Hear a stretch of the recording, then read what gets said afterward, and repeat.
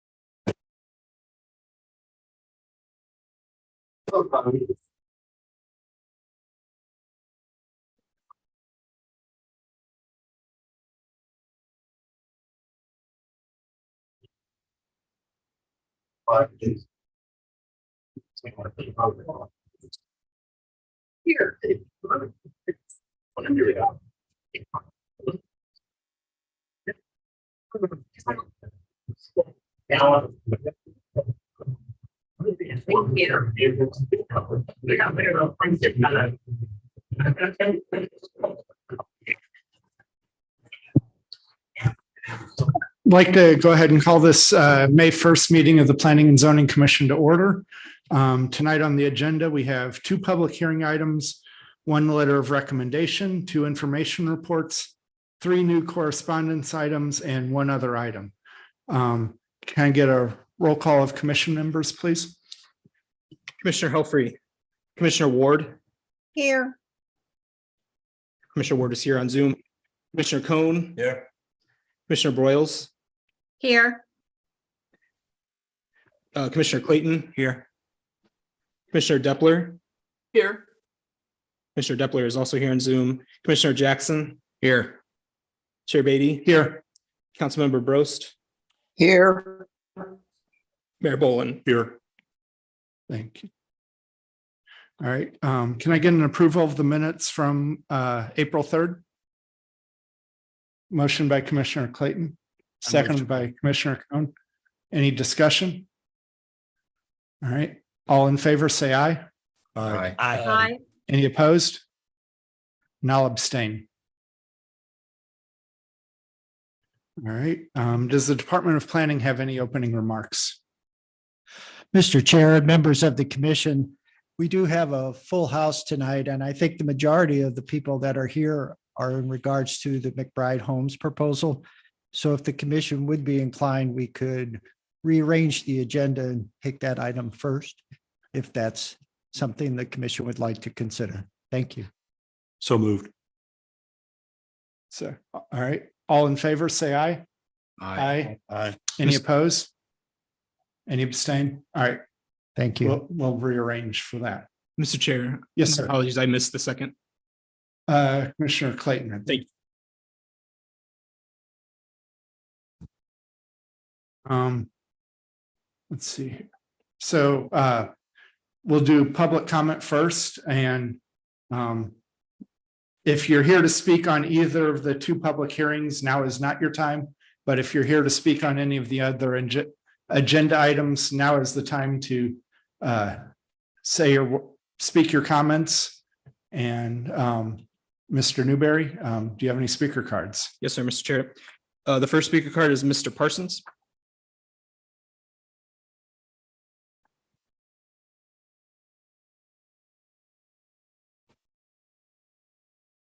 Good evening, Mr. Mayor and Planning Commission board members. Good to see you. I'm Stan Parsons. I live at 2425 Etherton Road in Canterbury Square. I'm the HOA president of the Canterbury Square Association. We have several members here from our neighborhood that are concerning this topic. First, I want to talk a little bit about McBride.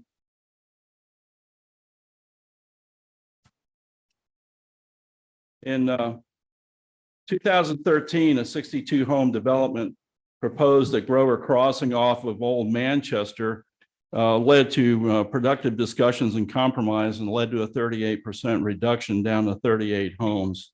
That productive discussion and compromise is kind of what needs to happen here for the Crestview project in my mind. Historically, I wanted to also mention that Canterbury Place came into being some time ago. Greater Missouri builders built 2 banks of townhomes in the neighborhood and ended up going bankrupt right near the end. They were allowed to complete, and McBride saw an opportunity for all the land beyond that to put in a neighborhood and build it up to quite a few homes. We have 82 homes in the neighborhood now. Anyway, it was a quick opportunity, and I realize that it's something where you can move in and you got the land and you can build on it and go for it. We bought one of those homes. It was one of the last few that were built in the neighborhood, and a few weeks later, we got one of these blustery windstorms that we seem to get pretty often up here, and I looked out my back door and saw all kinds of planks of hardy board flying through the air, which was very disconcerting. We had 20 homes that lost hardy board, brand new homes that were in that neighborhood. It was a difficult discussion and so forth with McBride to proceed to figure out how to put the hardy board back on. I got a hold of James, the James Hardy siding representative. He came out and he looked at all these planks of board that I had stacked in my garage, and he said that the planks were not nailed to the studs. They were just nailed in the OSB, just kind of willy-nilly, mounting them on the house. McBride brought out Builder's Block, a company called Builder's Block, and they reinstalled a lot of that hardy board back on. We still have 5 to 6 homes in the neighborhood that still have hardy board falling off every time we get pretty gusty winds. I just want to set that history out. I think maybe people were rushed, maybe they wanted to do things quickly, and maybe they just took steps that weren't exactly correct. Healthy density versus oversaturation. Any density that's planned must consider infrastructure, and I talked about this, sir, at the first meeting that I attended. Streets, traffic load. There needs to be a traffic study. Noise is a major issue, believe it or not. Highway 100, the roundabout to 109. Highway 100 is like a drag strip, and it's almost all hours of the evening, including weekends and stuff. So noise is a big issue. Canterbury is 11.5 acres, has 82 homes, and that includes our townhomes. Main Street Crossing is 28 acres and 104 homes. I just want to give you some of the stats here. The reserve at 109 and 100, the proposed neighborhood there is proposing 132 homes on 50.7 acres.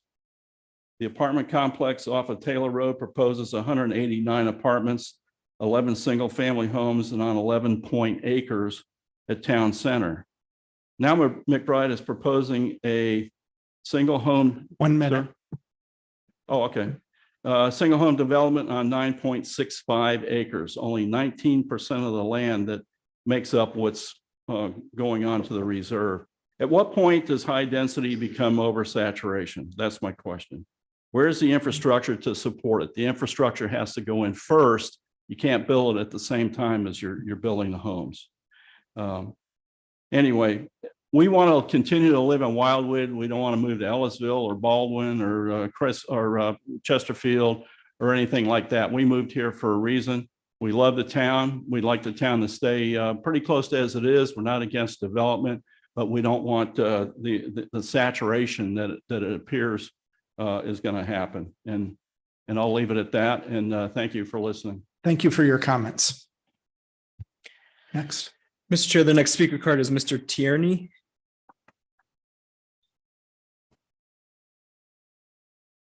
Thank you, Travis. Joe, thank you. Gentlemen, thank you. Appreciate the opportunity. I'm here representing Main Street Crossing. My name is Bo Tierney. I live at 2550 Calera Lane, which is at the intersection of Calera and Main Street. So I'm right in the thick of it. Really not here to discuss many of the issues that Stan just brought up. Quite frankly, he and I are simpatico on a lot of that. I don't need to relitigate that with you.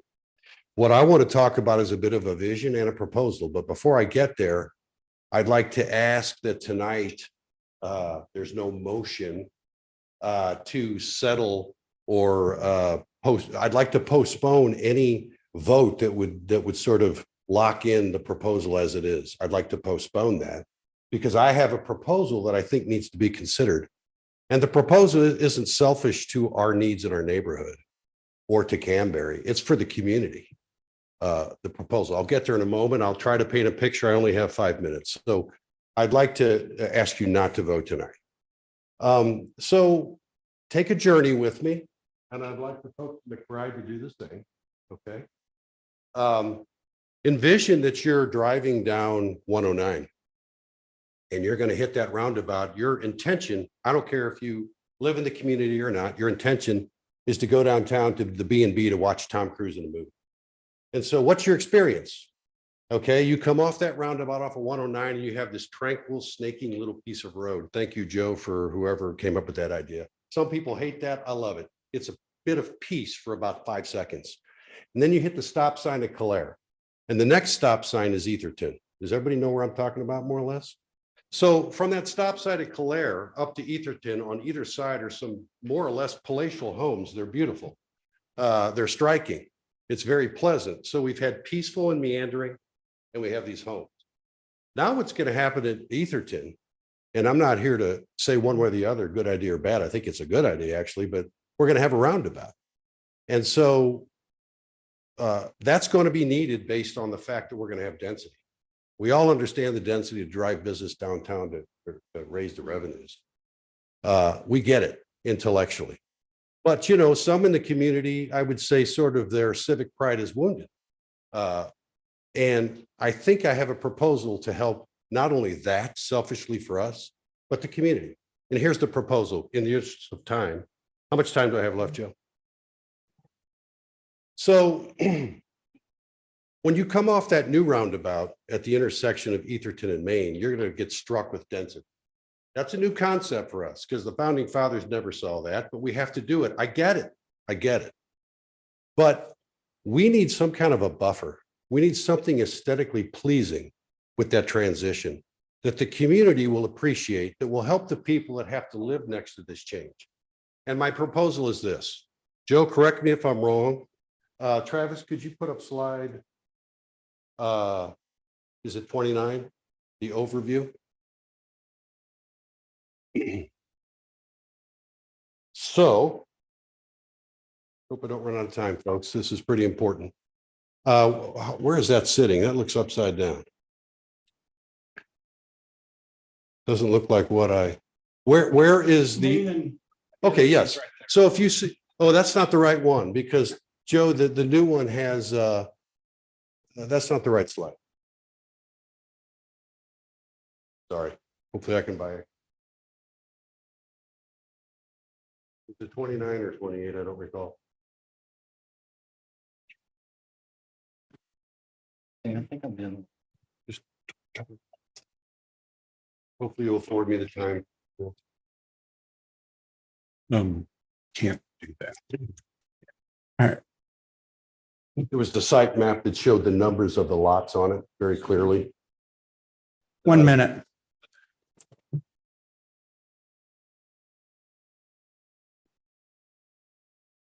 Okay. So as the revised proposal states, these two right here, the way I read Joe's proposal, have to come out of there in lieu of the roundabout or to make room for the roundabout. Is that accurate? So what that leaves is two more plots right here sort of dangling. These two are gone. Got to have the roundabout. These are dangling. What I'm asking McBride is to show us a little grace and consider maybe gifting that somehow to the community. And here's why. Here's what I envision in that space right there. Those 4 homes, 2 buildings of glorified row homes, but that's what they are. So if you took those out and you created, let's call it a community floral conservatory. What you're going to do is put beauty, top shelf. I'm not talking about anything common ground. Put something in there so spectacular, people want to go there as a destination point. Young couples want to go have pictures there. All right, you know, that's for their time. Weddings. So may I have one more minute, please, to finish? I'm sorry, I can't allow that. Okay. To wrap up, that needs to be, in our opinion, something aesthetically pleasing. And then you could put a sign in there that says, welcome to Town Center. And then everybody driving by that won't be shocked by density. It'll have All right. something beautiful. Just- Thank you all. Thank you. Mr. Chair, the next speaker is Ms. Parsons.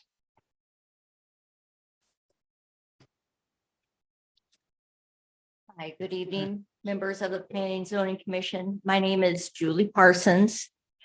And I got it there. And I live at 2425 Etherton. And I live in the Canberry Square neighborhood. My concerns are a little more about the appearance of our community. This development, which now stands at 119 dwellings, is too dense. And the reason, and this density is going to cause all the trees to be removed. It's going to remove the open space. And it's just going to destroy wildlife and just the sense of community character and openness that we all enjoy in this area. And I think a lot of people like it too, because we get a lot of traffic down Etherton Road and they're coming down to get onto the bike path. They're looking in our neighborhood because we have trees and open spaces and green grass. They bring their kids, their bikes, their strollers, their babies. They appreciate this nice open area. And I know one of the members of the commission asked last time about the landscape plan, about the removal of trees. And on the McBride April 1st plan, they had listed 85 trees were on a list and all of them are to be removed. In regards to the Canberry Square, the Department of Planning justified the zoning change because it's the same as a Canberry Square zoning plan, which is a bit misleading. While Canberry does have the small lots, we have very generous common area behind each section of homes. Our backyards look onto the common area, so people feel a sense of openness. And since our community was built by McBride, we're wondering why that plan can't be considered for this section of land.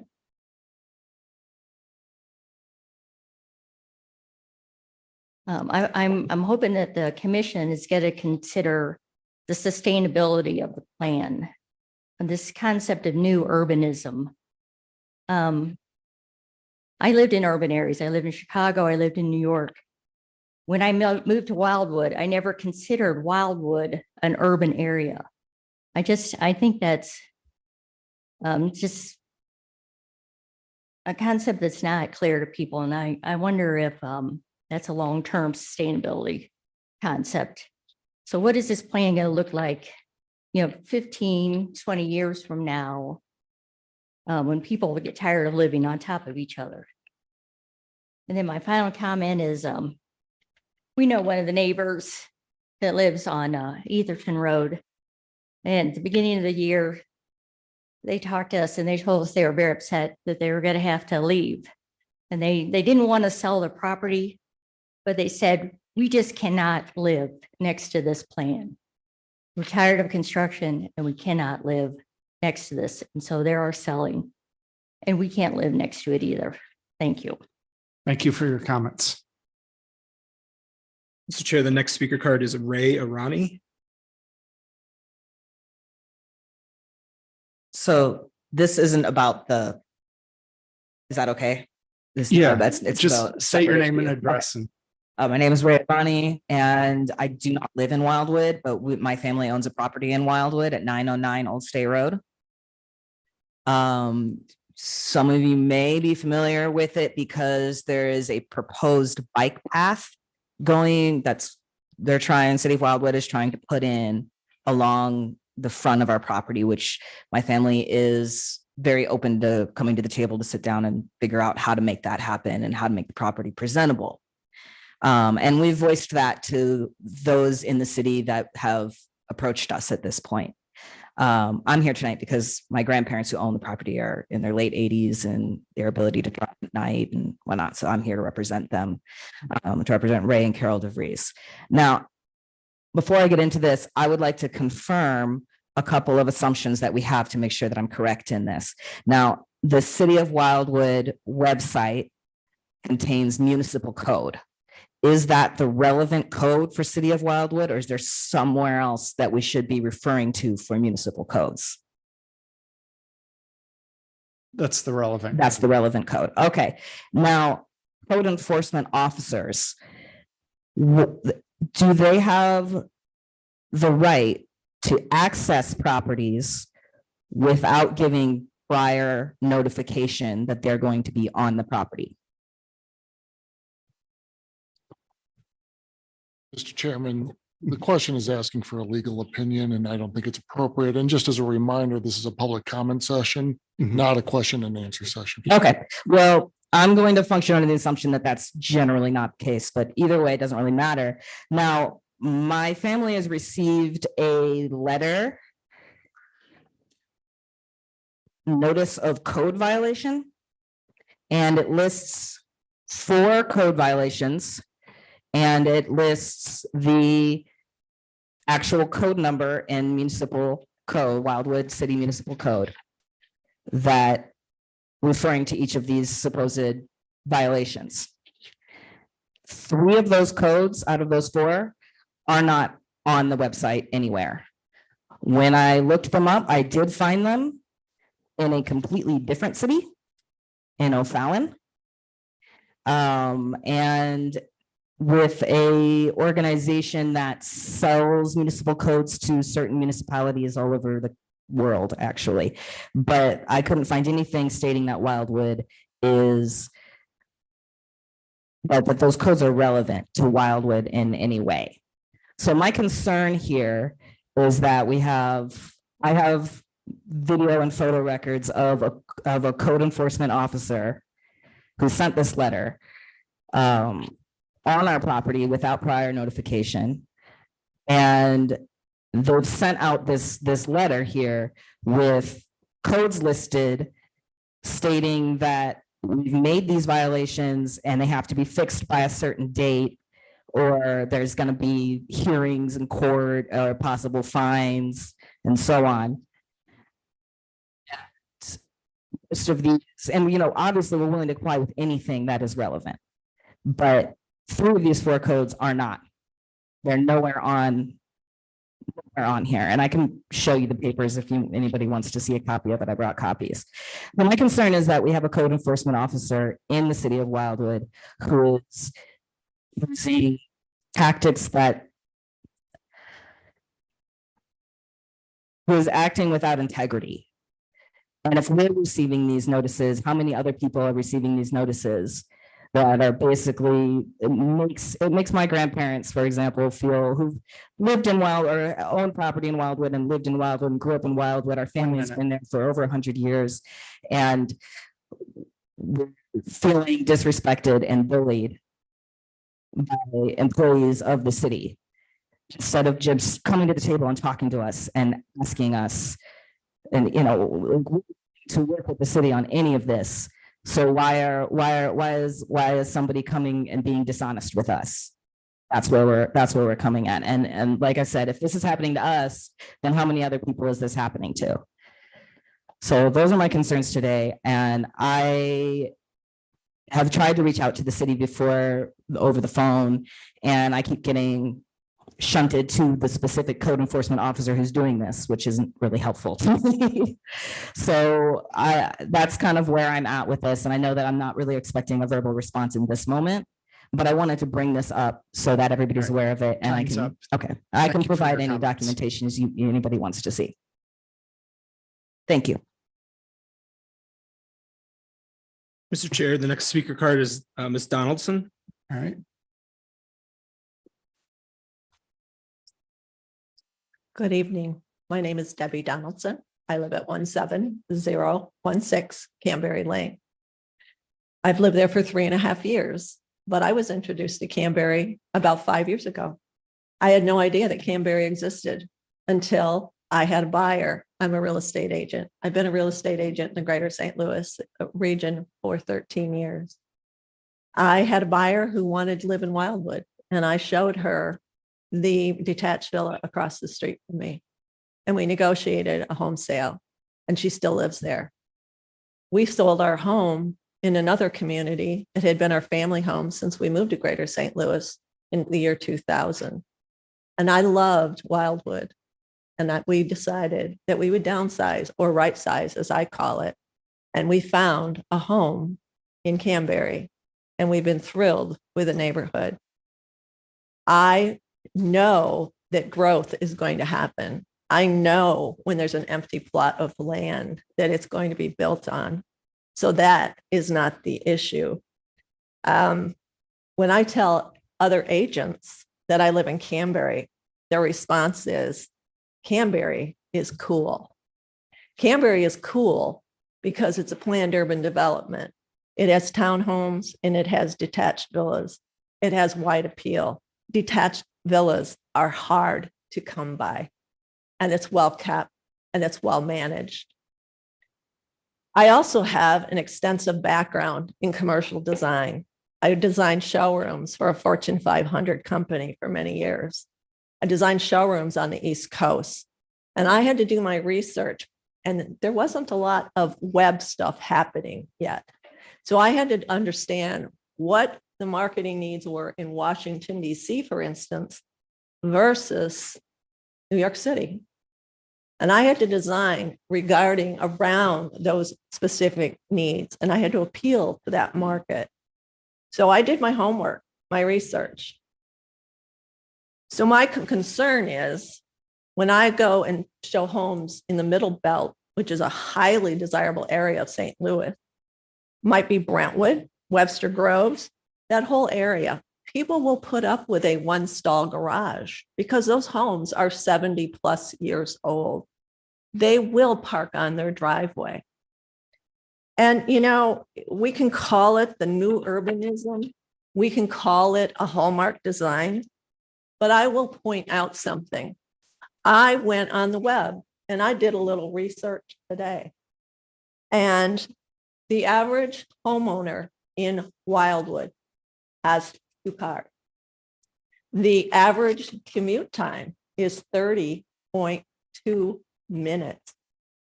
So I question how a one-stall garage is going to suit the needs of the homeowners in Wildwood. And this hallmark design, I went in and I looked up the floor plan Florence, and I looked up the floor plan La Colina Terrace. These are both down in the city. One is on the hill and one is in the Shaw Tower Grove area. They have one-stall garages.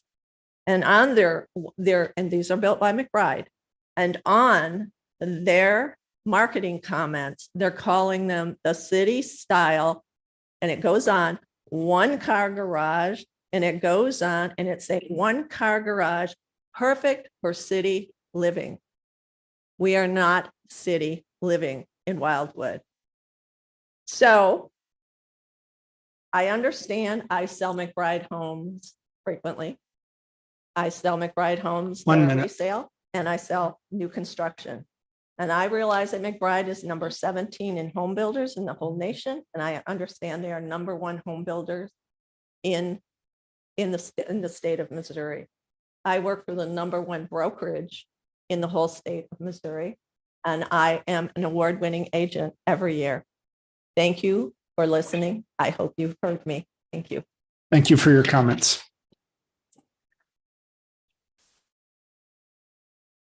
Mr. Chair, the next speaker card is Mr. Kane.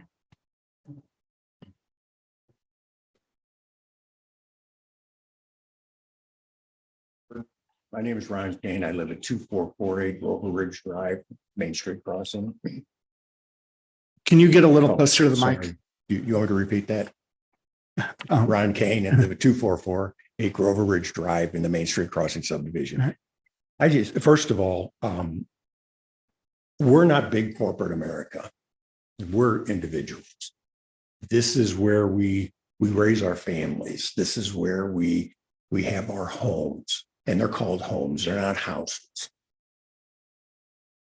I'm having some difficulty with, there's no mention about rent versus lease. And when I look at the designs of these new homes, it has rental or lease property written all over it. You have 2 bedrooms, both on the second level. You know, what kind of family is going to be able to fit in there? Anyway, I want to get to the rent and lease thing. There was a comment, I believe it was in the leader, and it said, we won't rent for the first year. First of all, I'm against that. I don't think there should be any renting. Also, I think the language should include no renting and no leasing because they're synonymous. The only difference between the two is the property and the length. So I want that. Safety is another issue. You have all these cars parked all over the place. You're going to have cars parked parallel parked on the street. There's a lot of kids. We're a walking neighborhood. I mean, people walk their dogs and elderly people walk. Their children or grandchildren are being walked. It's just stop by the neighborhood one evening and you'd be surprised how many there are. I'm concerned about the safety and the control of traffic also because small children learning how to ride their bikes or teenagers who maybe lack some risk judgment that they should have, they're going to go between these cars. And if a car's darting down the street and they do dart down the street, what happens if one of these kids get hit? You know, and you can't go back. You can't take it back. Anyway, I want you to consider, and I agree with putting this on the table and not voting tonight. And again, you know, we're just ordinary people. You know, we're speaking from emotion and we're speaking from our livelihoods. We've worked very hard for what we have, every one of us. So, you know, I would like to have that into consideration. And if I have more time, can I defer to Bo? No. I can't. Okay. Well, anyway, all the other comments that were made, I think everybody here just agrees with them all. I mean, they really do. Anyway, that's all I have. All right. Thank you for your comments. Mr. Chair, the next speaker card is Ms. Finnegan.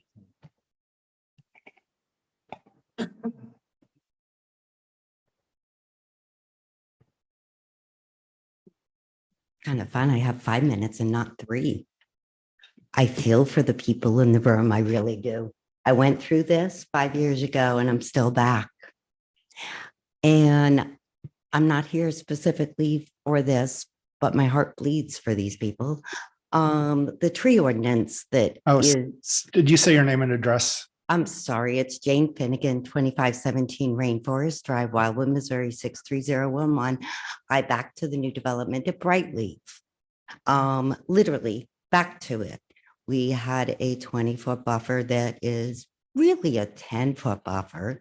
And now we have a big old vinyl fence in our backyard. So be careful what you ask for. We're supposed to have trees in a berm.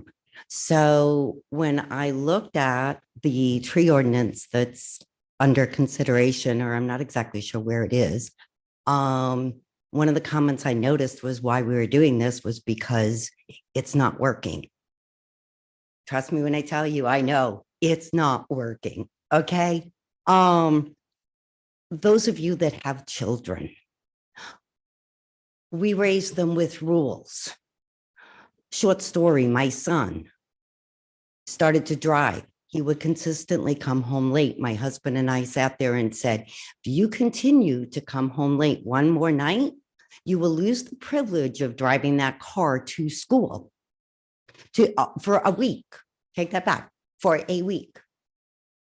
He came home one more night, late. Said, not driving to school. Dad goes to work, comes bouncing down the stairs. Where's keys, Ma? Where's the keys? I got them. What do you mean you got them? Well, how am I going to get to school? And he said, well, there's this big yellow thing that comes down the street. It's a bus. You could take that. We're only a mile away. You can walk. I'll drive you. I'm not doing that. Dad said I could drive. Bingo. If you're going to have a rule, enforce it. If you're going to lay down a law, abide by it. My kid didn't drive to school that day or for the rest of the week. The builders of Brightleaf have gotten away with demolishing property values with not adhering to the plan. And yet here we are 5 years later. We were asked to wait until the escrow money came due. Well, they're getting their curbs and their gutters, and we still don't have our trees. The trees make Wildwood look real pretty. All the big trees are up here. And, you know, when you drive by, it looks like a beautiful subdivision. I think they even have some new pretty little trees in there. If you're not going to enforce it, don't change it. Because in our opinion, where we live, it's not being enforced. We had one neighbor ask for a fence. The reason they asked for the fence was the same reason I'm still waiting for a new tree, because their temporary fence killed my tree. It also destroyed their older fence. We're an older subdivision. They asked for a new fence. So now we all have this 6-foot vinyl fence on top of a small berm that we already had in our own yards. Okay. And it's kind of like being in a prison. You are more than welcome. 2517 Rainforest Drive. You help yourself. I have no fence. I haven't had a fence since 1995 when I moved in there. And I never wanted a fence. 1 minute. A vinyl fence is not sustainable. Do you really think that this fence that's on the property line, that the people that live over there in Brightleaf are going to worry that it has to be power washed on our side? They don't have access. They don't even have access. It's that close. Okay. You have to see it to believe it and then get told that, oh, well, there's nothing we can do about it. We've gone from getting a berm. And recently I saw that a berm was very highly discussed, that it's trees, thick trees that are going to buffer sound, that are going to buffer pollution and noise and traffic and all those things. That's what a berm is. That's what we thought we were going to get. That was the plan. We're still waiting. Some of us are still hoping. Others have given up. Help us. Thank you for your comments. Mr. Chair, the next speaker card is Ms. Moore.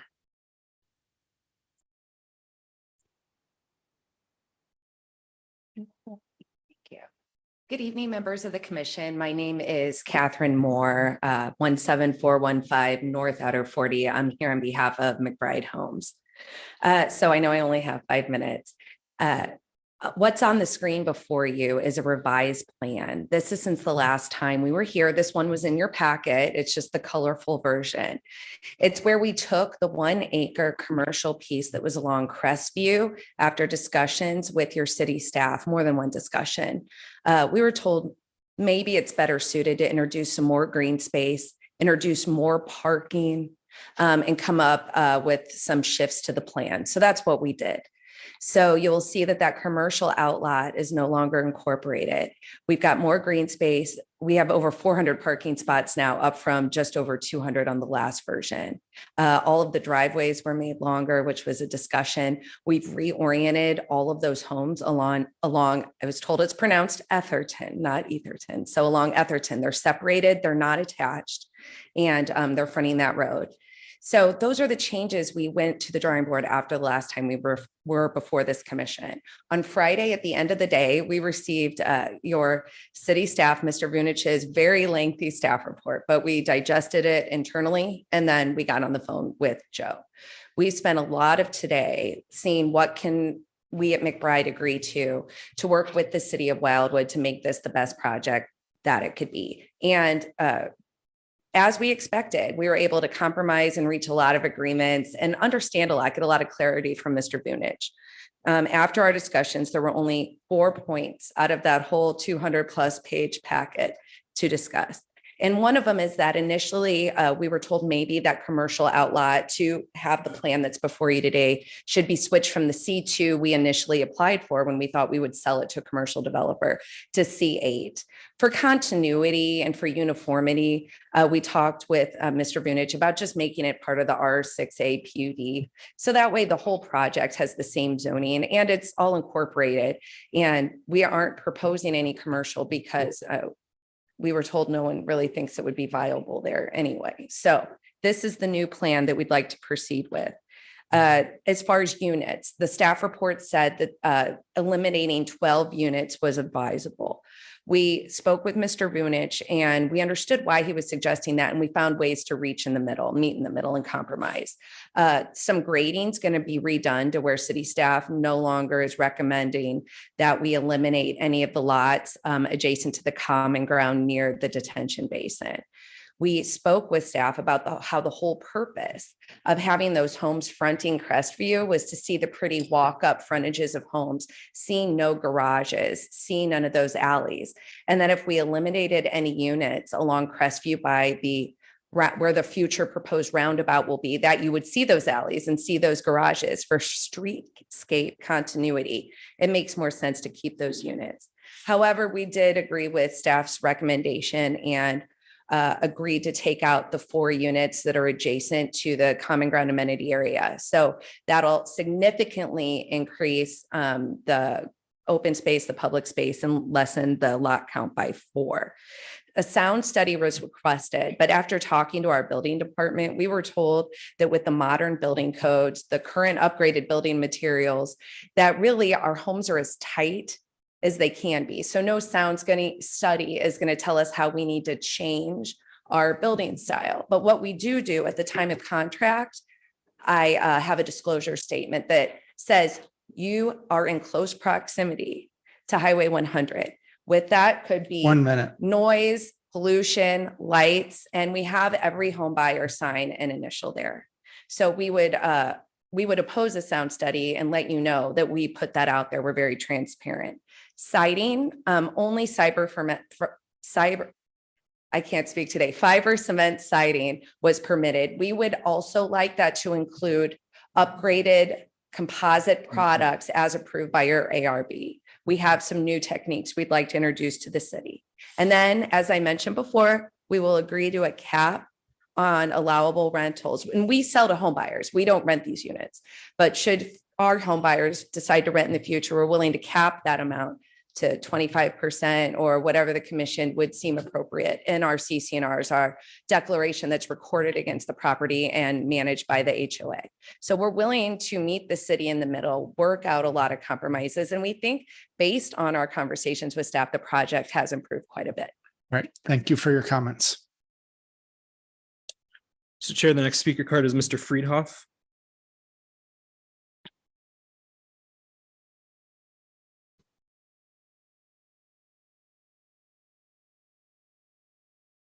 My name is Dale Friedhoff. I live at 2400 Etherton Road. And my wife and I have lived in this area long before Wildwood was even a pipe dream. I have been here for over 50 years. My wife has been here for over 70 years. Our family has been over here over 100 years. We used to live in a very nice community with large lots, large homes, and large driveways. And since Wildwood has been created, we have seen a cancer basically coming throughout our whole neighborhood. And unfortunately, the people that own the properties now are second generations because the people that I'm talking about are dead and gone. And my wife and I are basically the last of those people that can remember how wonderful it was to live here.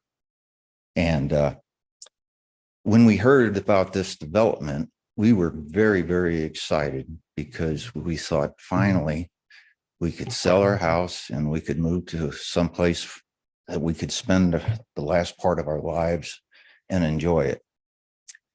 And unfortunately, we're dealing with a developer that has total no respect for existing people of the area.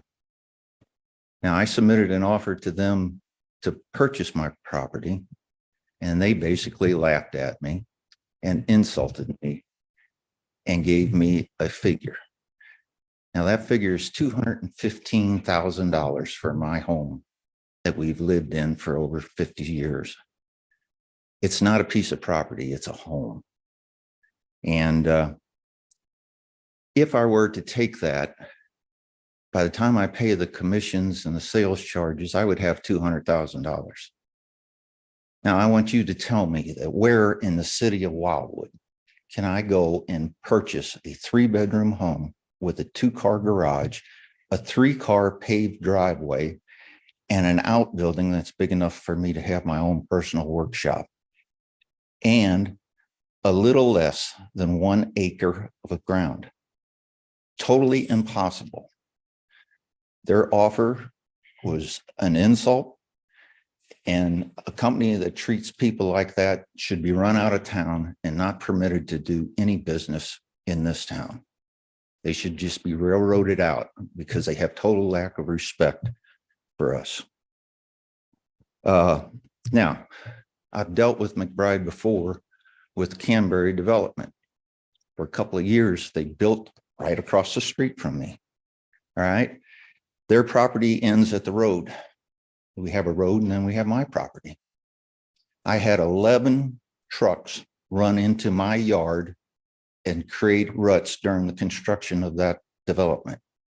And I had to fix all of that at my expense. And McBride didn't do a darn thing on it. I would complain to them, and as I'm walking away, I could hear them snickering and laughing. So I have absolutely no respect for McBride as a company.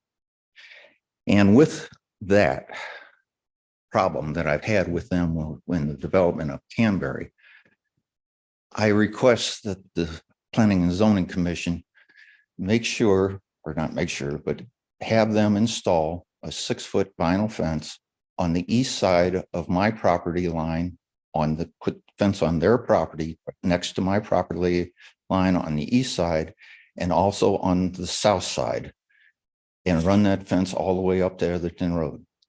And the reason I want that is because McBride is obviously do not want to have anything to do with me, so I don't want to have anything to do with them.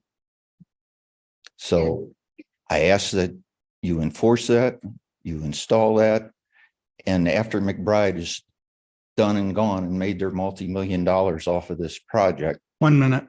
that the fence ownership and maintenance to be turned over to the homeowners association.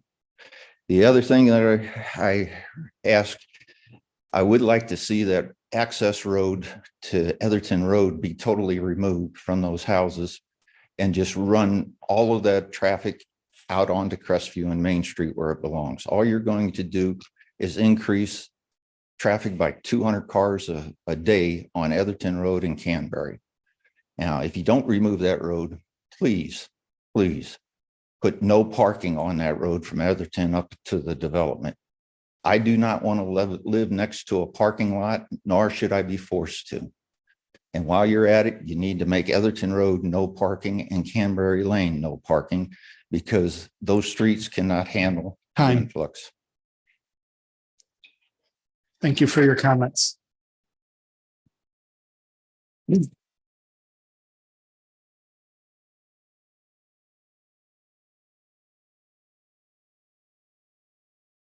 Mr. Chair, the next speaker card is Councilmember Garetano.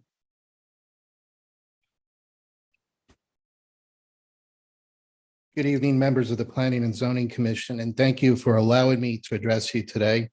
I'm Joe Garetano, 16312 Cherry Orchard Drive. I'll start and end my comments that we need a good compromise, a win-win for all of our town center. There are many parties involved, the residents, the 9 property owners, the city, and McBride.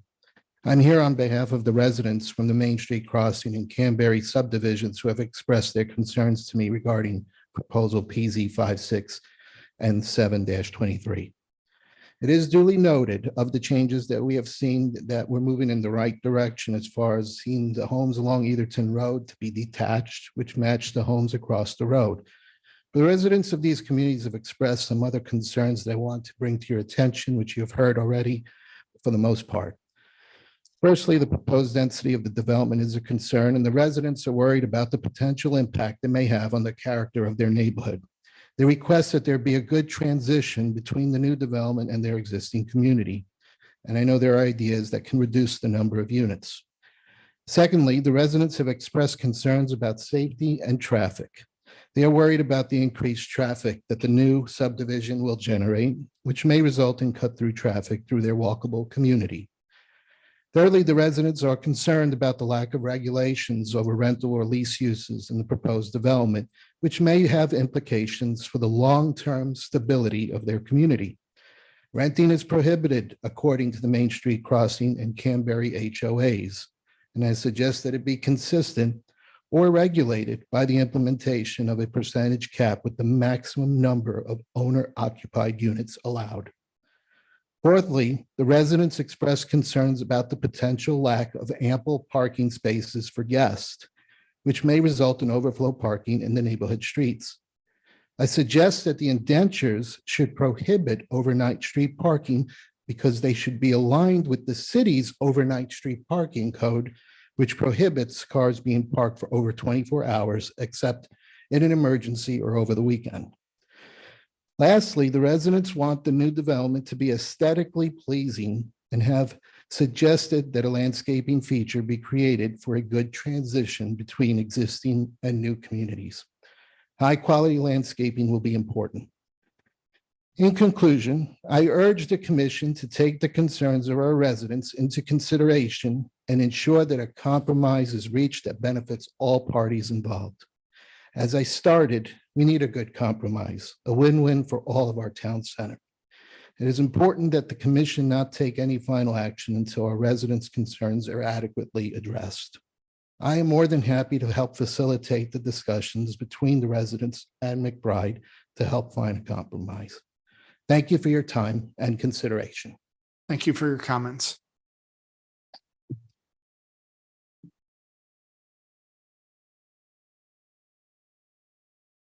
Mr. Chair, that was the last speaker card for the general public comment session. Okay.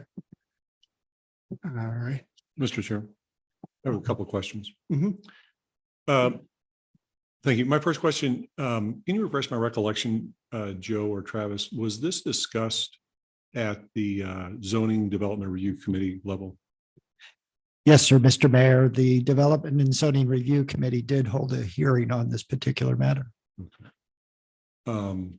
My second question is relative to the plan that we saw from the representative from McBride this evening that had the one-dimensional color layout. Has that been seen by the residents here this evening previously, or is this the first time that's been shown? The revised plan was part of the overall packet of information the department released on Friday afternoon.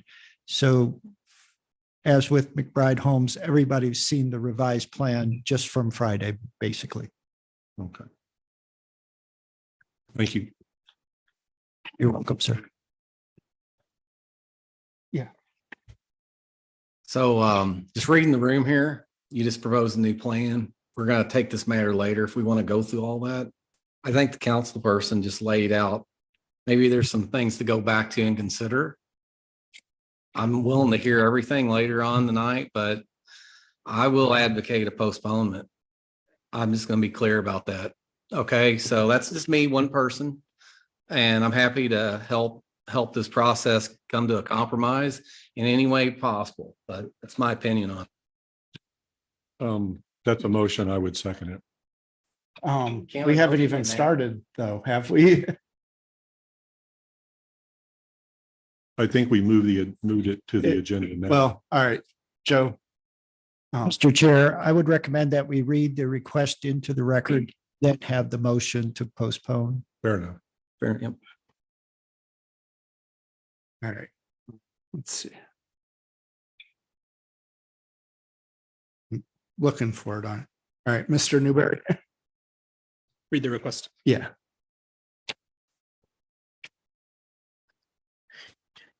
PZ 5-23 Crestview McBride Bear Land Company LLC 17415 North Outer 40 Road, Chesterfield, Missouri 63005. A request for the modification of the town center regulating plan for a total of 4 properties that are currently designated by its downtown district to the neighborhood general district. Street addresses 16927, 16921, 16915, and 16907 Crestview Drive. St. Louis County locator numbers 23V220161, 23V220141, 23V220150, and 23V220172, thereby accommodating a portion of their use for up to 131 attached and detached single-family dwellings on individual lots and associated streets and pedestrian network, off-street parking areas, required public space, and stormwater management facilities, all in association with an approximately 9.65 acre tract of land that is located on the north side of Crestview Drive, east of its intersection with Etherton Road. This requested modification to the town center regulating plan is applicable to this 9.65 acre tract of land minus an approximately 1.05 acre area, which with such being identified on the preliminary development plan as an outlot of this residential project, which is to retain the downtown district designation for planned future commercial uses, all being identified by the city's town center plan, Ward 8. PZ 6-23 Crestview McBride Bear Land Company LLC 17415 North Outer 40 Road, Chesterfield, Missouri 63005. A request for a change in zoning for a total of 9 properties that are currently designated either the NU non-urban residence district, street addresses 2406, 2420, and 2424 Etherton Road, and 16933, 16927, 16921, 16915, and 16907 Crestview Drive, St. Louis County locator numbers 23V210085, 23V210052, 23V210113, 23V220132, 23V220161, 23V220141, 23V2205150, and 23V220172, or R3 10,000 square foot residence district, street address 2418 Etherton Road, St. Louis County locator number 23V210063, to the R6A 4,000 square foot residence district with a planned residential development overlay district, all in association with an overall tract of land that is 16.3 plus or minus acres in area and located on the north side of Crestview Drive, east of its intersection with Etherton Road. Proposed uses: a maximum of 131 single-family attached and detached dwellings on individual lots, along with associated street and pedestrian network, off-street parking areas, required public space, and stormwater management facilities, Ward 8, and PZ 7-23 Crestview McBride Bear Land Company LLC 17415 North Outer 40 Road, Chesterfield, Missouri 63005. A request for a change in zoning for a 1.05 acre portion of a total of 3 properties as identified on the preliminary development plan, with such being an outlot of an associated residential project, which are currently designated the NU non-urban residence district 16927, 16921, and 16915 Crestview Drive, St. Louis County locator numbers 23V220161, 23V220141, and 23V220150, to the C2 shopping district, with this area being located on the north side of Crestview Drive, east of its intersection with Etherton Road. Proposed uses: all C2 shopping district permitted and conditional uses, Ward 8. Breathe, Travis. Mr. Vunich. Mr. Chair, if there is an inclination that this would be an appropriate time to make the motion for postponement.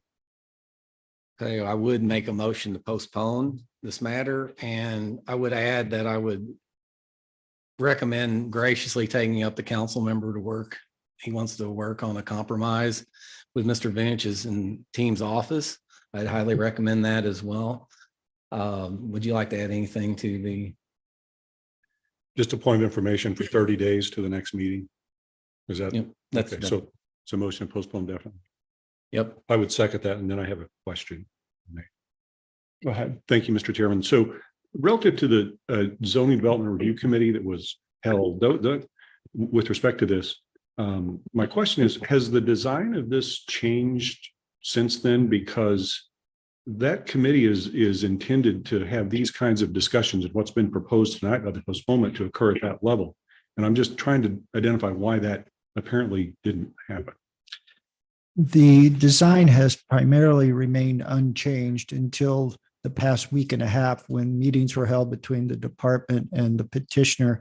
And we did talk about the change in the commercial space to address the parking concerns, et cetera. But yes, it's pretty much the same layout, Mr. And Mayor. those changes I would think would be more favorable to the residents nearby. So in any event, I would just sort of echo, I guess, what the maker of the motion said. I think it would be helpful to get, each of these subdivisions have a representative from the board and to have a discussion with some involvement from them as part of the process over the next 30 days. I think that's likely going to demonstrate the best result. So Thank you. you're welcome. At this point, I think it's a moot point. I think we'll wait and see how they work things out. Commissioner Cohn. Notice that the representative from the tribe wanted to make a comment. Would it be appropriate to listen? Not Thank you. I'm sure Mr. Young would say, given that we have a motion on the floor relating to the postponement, the discussion is between the commission at this time. All right. Commissioner Broyles, I see you online. Thank you. First of all, I would like to applaud the residents that came and spoke on a range of topics. I admire what you tried to do, and we will work diligently together to meet many of your needs. Thank you. All those in favor of the postponement, say aye. Aye. Do we need a roll call? Aye. Okay. Aye. Any opposed? Any abstain? All right, motion's postponed for 30 days. Sorry, the matter is postponed. All right, so. All right. Next, we'll start with the public hearings. In the city of Wildwood, public hearings are truly intended to accept comments and questions concerning these items. Since these requests are being presented at a public hearing, no action is planned on these items tonight, and consideration of them is to be taken no earlier than the June 2023 Planning and Zoning Commission meeting. This approach ensures the members of the commission will hear all opinions before taking any action. The city's Department of Planning will address the comments, questions, and concerns that are raised tonight and include them as part of its formal recommendation to the Planning and Zoning Commission meeting.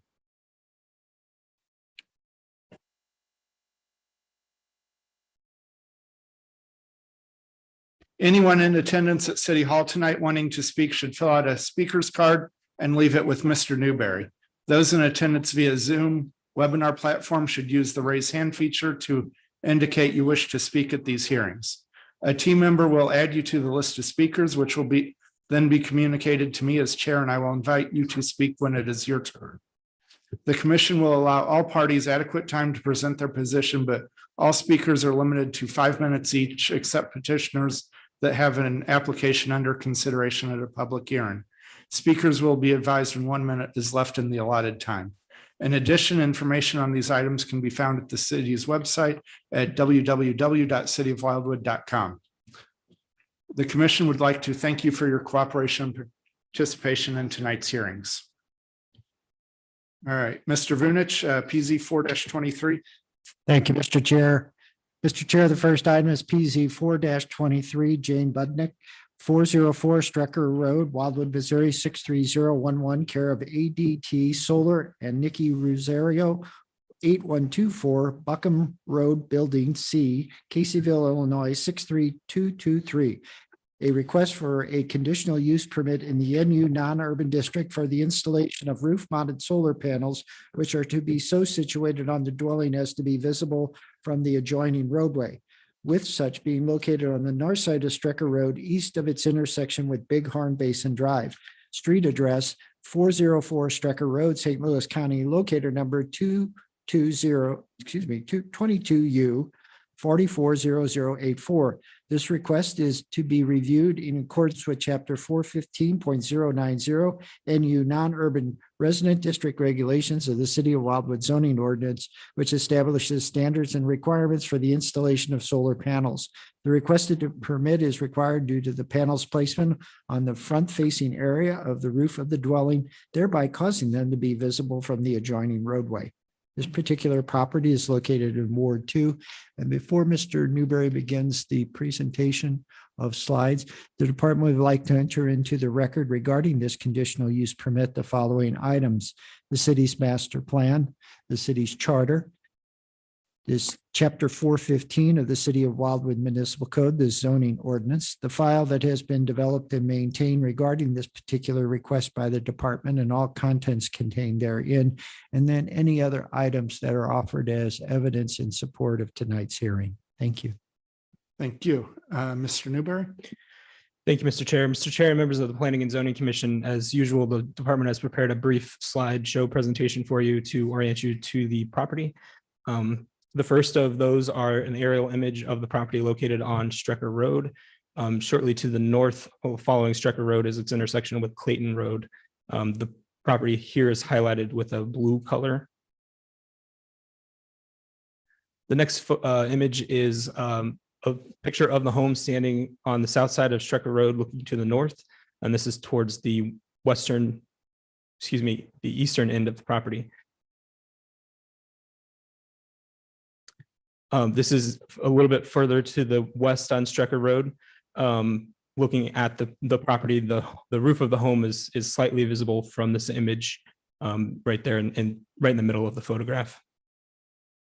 And then the next few images are just the property's frontage along Strecker Road. This is looking to the west on Strecker Road and then to the east. And the last image is an image of the property across the street and the frontage onto Strecker Road for those properties across the street. And with that, Mr. Chair, the department conclude its presentation. It would note that the only speaker's card that has been received is by the property owner, or the petitioner for the proposed solar. And actually, I have one more slide. I apologize. This is the orientation of the proposed solar panel placement on the front of the home.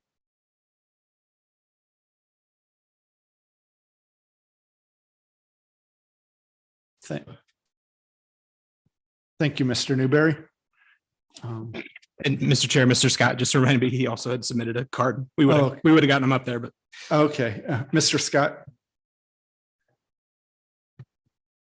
Mr. Chair, I believe under our rules, the petitioner has the opportunity first to speak. Oh, okay. Sorry about that.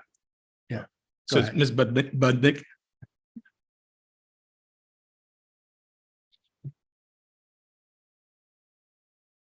This is my first time, but give me a microphone and I'll use it. So yes, this is our 2-acre little slice of heaven in Wildwood. We are non-urban zoned. And of course, with that, we do occasionally have those power failures. And that's why we're looking at solar, along with a little social responsibility combined with that. I know the big concern, of course, with the council is the visibility from the street. And actually the pictures that he had earlier kind of proved my point on that. We are barely visible on a steep hill, maybe 2 to 3 months out of the year. We are right there on that steep slide down Strecker Road heading towards Zix at Clayton Road. Speed limit is, I think I was told 30, but rarely do people go less than 40 on that hill, either up or down. Across the street from us is completely wooded, so no homes in the subdivision that was named the Bighorn Basin. None of them can see our property, even in the wintertime with the tree cover. And the last diagram that actually showed where the solar panels are, it is actually located on the northern end of the home, which is the part that is completely covered by the tree cover in front of our house. And the pictures that he took a couple of weeks ago, that is before the trees are fully leafed out. So now there is just maybe about a section of our driveway when people speed by going 40 miles an hour that they would be able to see. So I just wanted to bring to your guys' attention that there really is very little effect that our home has on any visibility of anyone being able to even see the solar panels. And of course, in our case, those are the ones that give us the best usage of the sun. Thank you. Thank you for your comments. I have a question for the petitioner. Can you describe how the solar panels are installed onto the roof? How are they mounted? Oh, Lordy be. I know they are roof mounted.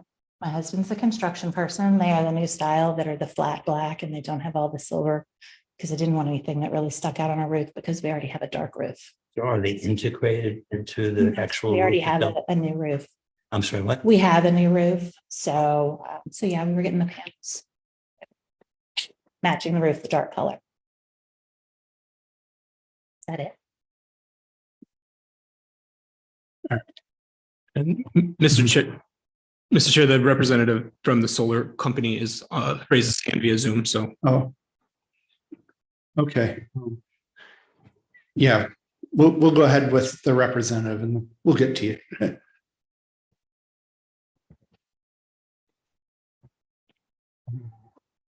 It's Mr. Ingram, Mr. Chair, sorry. All right, Mr. Ingram, go ahead and unmute yourself and state your name and address. John Ingram, ADT Solar, 4350 Belgian Boulevard, Riverside, Missouri, 64150. I'd like to reiterate and add to what the homeowner also said about their home. I'd like to point out that the house itself sits 55 feet away from the road and then also sits about approximately 6 to 8 feet above the road directly in front of it is a one-story ranch with a 412 pitch roof, where if it were a 312 pitch roof and below, it'd be considered a flat roof. Given that it's such a shallow roof, that panels being placed on top of this, especially when they're going to be all black and dark, would be, to a certain degree, would be visible as only as a line or slightly something more oblique, an oblique of just a small rectangular portion that's a strip that goes along that roof. And like she explained, that it's also the panels themselves were oriented towards the northern portion of the roof so that it would be behind the foliage that she has. And that foliage does do a considerable job of being able to shield those panels from any type of view. As you do approach the house from the east, you're primarily seeing the end of the house, which I'd like to point out has 2 garages there for 2 different cars. But at the same time, it's the end of the house. It's a gabled end. It's not a hip, but that you're only seeing the edge of the panel system, which would be a line that you would see along that. So given that it's a shallow roof and you're seeing, and when there is any visibility to it, and it's from the end of the house at roughly about a 45 degree angle, and that you're also descending as you're crossing along the front of the house as the road is descending downward, that the diminishing value of that panel system would be great. I would like to also point out that you have a considerable amount of power lines that go across the front of that house too. And to a certain degree, they can be distracting as well. And like I would also like to add that the foliage itself does a considerable job of being able to shield any panels at that point.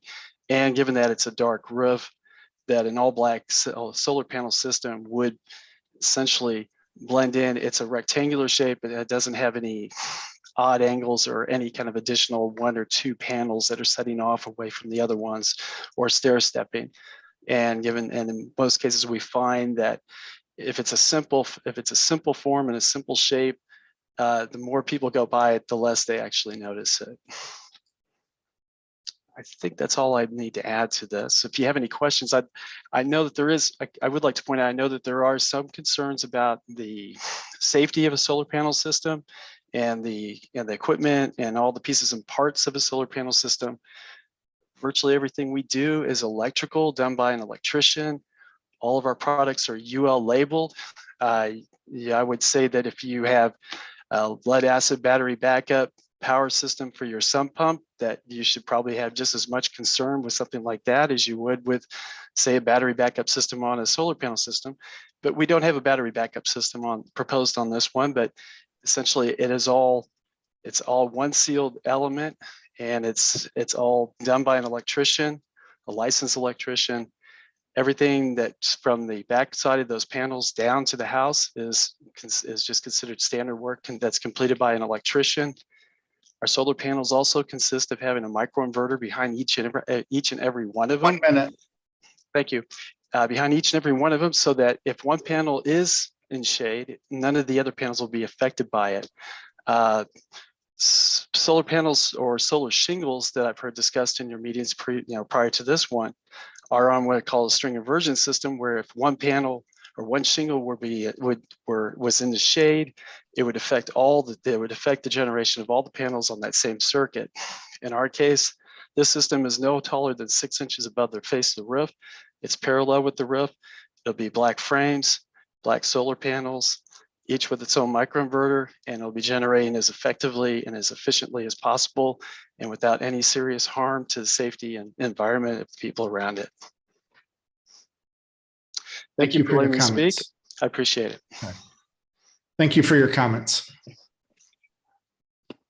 Mr. Chair, the next speaker card is Mr. Scott. All right. Now it's your turn. Thank you. Hello, my name is Glenn Scott. I live at 16245 Windcrest Ridge Court, 63005. I feel it's important to come and speak on the record in support of these. I imagine the commission will punt this until the broader law is considered. I think that's not the right move. This is about as clear-cut a case of something that should not even have to have a conditional use permit as I can think of. If you can see the solar panels on this house as you drive by, you're about to wreck your car. It's just not something that the commission, I think, should even be taking time to consider. This should be approved at the department level. I think that's how the new ordinance should be written. It saddens me that they are pursuing a different direction. I also wanted to address specifically in the comments, Mr. Dan Driscoll's comment that allowing one solar panel in Wildwood will start a cascading effect and suddenly we'll have solar panels everywhere. That's called a logical fallacy. It's just not true. That we allow solar panel in one place does not mean that we allow solar panels in all places. So thank you for your time. I would encourage you to stretch yourself and approve this installation. It's a good installation. Thank you. Thank you for your comments.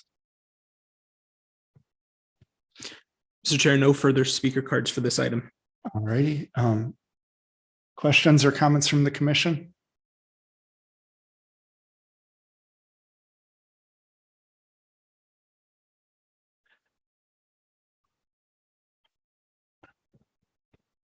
Mr. Chair, if there are no comments from the commission members, the department would respectfully request a motion to close the public hearing. All right. So moved. Motion by Mayor Boland, second by Commissioner Helfrey. All those in favor say aye. Aye. Any opposed? Any abstain? All right. Public hearing is closed. Thank you. All right. Next on the agenda, Mr. Vunich. The second public hearing item is PZ 9-23, Jonathan Lamb, 18378 Woodlands Grove Drive, Wildwood, Missouri, 63038, care of ADT Solar and Nikki Rosario, 1824 Buckham Road, Building C, Caseyville, Illinois, 63223. A request for a conditional use permit, CUP, in the NU non-urban resident district for the installation of roof-mounted solar panels, which are to be so situated on the dwelling as to be visible from the adjoining roadway, with such being located on the south side of Woodlands Grove Drive, east of its intersection with Woodsland Roads. Street address 18378 Woodland Grove Drive, St. Louis County, locator number 24X330193. This request is to be reviewed in accordance with chapter 415.090 NU non-urban resident district regulations of the city of Wildwood zoning ordinance, which establish standards and requirements for the installation of solar panels. This request is required due to the panel's placement on the front-facing area of the roof of the dwelling, thereby causing them to be visible from the adjoining roadway. This particular property is located in Ward 1. And again, Mr. Chair, before Mr. Newberry provides the slide presentation, the department would like to enter into the record the following items: the city's charter, the city's master plan, the Chapter 415 of the City of Wildwood zoning ordinance of its municipal code, the file that has been developed and maintained by the City of Wildwood relating to this particular application and all contents therein, and then any evidence that is offered as part of tonight's public hearing. Thank you. All right, thank you, Mr. Vunich. Mr. Newberry. Thank you, Mr. Chair. Mr. Chair and members of the Planning and Zoning Commission, the department again has a brief presentation regarding this proposal. The first slide is an aerial view showing the general location of the property, which is in the blue color in the middle of the image, with Highway 100 to the west, running north and south, and its intersection with St. Albans Road, Highway T, to the north and west of the property. The next is a closer up aerial image of the property. Commission would notice the property does have double frontage, which is what has caused us to require a conditional use permit for solar panels mounted on the south section of the house. I would direct your attention to where the property line creates an angle along Woodlands Road. And that location will be the location of the next few photographs, and the panels would be visible from Woodlands Road along that location. Next photograph is a slide. The next slide is a photograph. It's a little difficult to see. The home is in the middle. It's to be a yellow type color.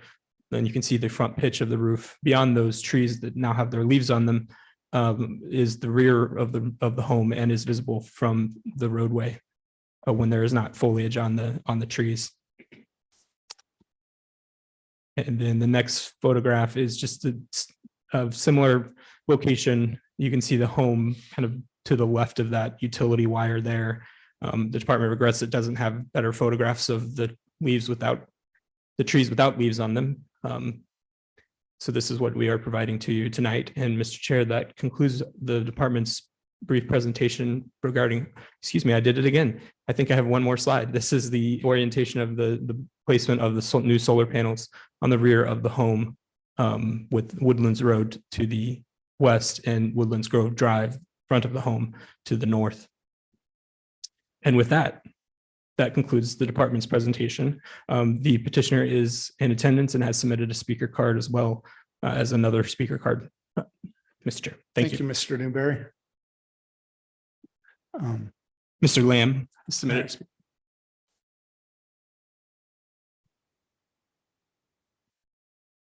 So Jonathan Lamb, 18378 Woodlands Grove Drive.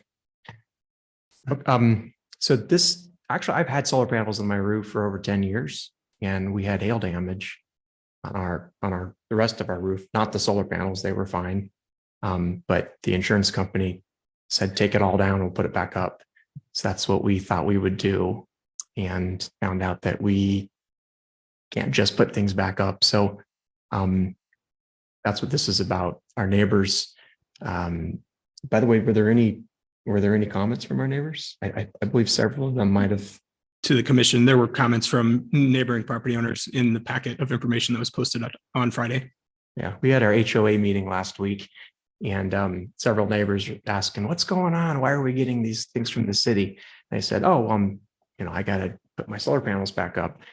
And everyone's like, wait a minute, they were down.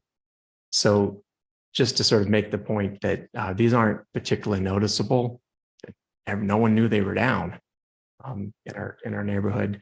And so a few neighbors asked if they should write and help to support it. There seems to be a general, again, I don't want to speak on everyone, but certainly no one, in a meeting like that, people probably aren't going to jump up and be like, we don't want that to go back up, but multiple people express support. Several of them, I think, have submitted comments. Because this is an insurance claim, there's a year from when you get insurance claims paid out, the insurance company holds back a certain amount of money, and we have a year before that money is not given to us, and that's in 26 days. because it's taken that long. So I'm going to lose thousands of dollars if this isn't approved quickly. Now, I don't want to exaggerate. They can give me a 180-day extension. So it's not actually 26 days. Once I ask for the extension, they'll give me another 180 days. But it would be nice if this could move along. Again, it's putting something back up that was already there. Yeah, people don't notice it. You can't see it from the road, except if you're walking in the road and look that way. People that do that walk in that road regularly haven't noticed they weren't there. And just one more clarification. I know it says it's on the front property, but it is the back of our property. I know I was really confused by that, as were several of my neighbors. They were asking, why are you putting them on the front of your property? Doesn't that not make any sense? I thought solar panels were supposed to go south facing. Confused by it as well. Sorry to speak out of turn. Yeah, it's again, our neighbors who live across, who had actually, if it was being put on the front of our house, would directly face them. They said, well, that's kind of weird that you'd put them there, but we're okay with it. And I said, no, it's not. You're not going to see them. They're in the back. So again, it's an oddly worded thing in our case. But again, I'm not here to contest whether it's the front or the back, just noting that our neighbors are pretty happy with having them there. Okay.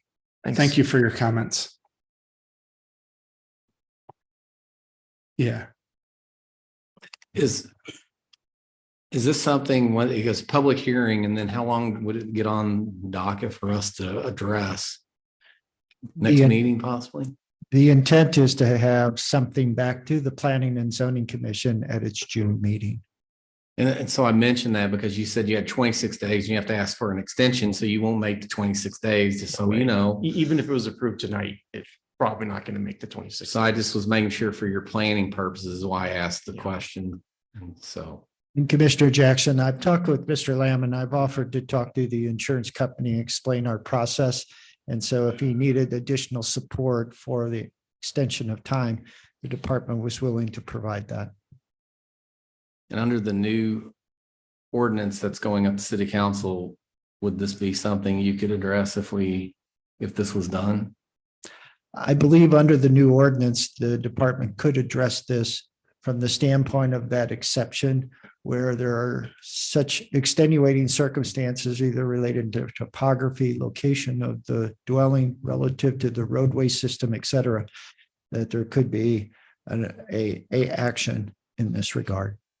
Because this was kind of a unique one, so that's why I asked. So that's covered in the new ordinance? I believe it is. I would defer to Mr. Young if I'm speaking out of turn, but I just want to assure you that the installation of the solar panels were originally done through a permitting process and are legal. But since the adoption of the new regulations, they became legal but non-conforming.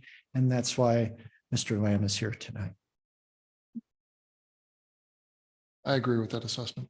So this would not be a problem moving through. Okay. Thank you.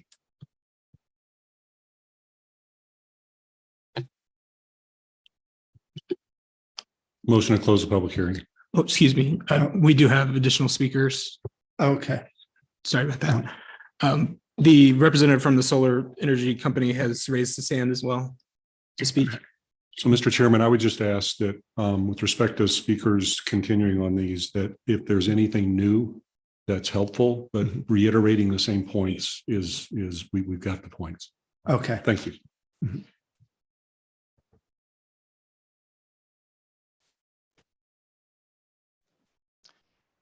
Yes, John Ingram, ADT Solar LLC, 4350 Belgium Boulevard, Riverside, Missouri, 64150. Yes, Mr. Mayor, I'll try not to reiterate anything that's been said before, but I would like to point out that it is the end of the house that you do see from Woodland Road.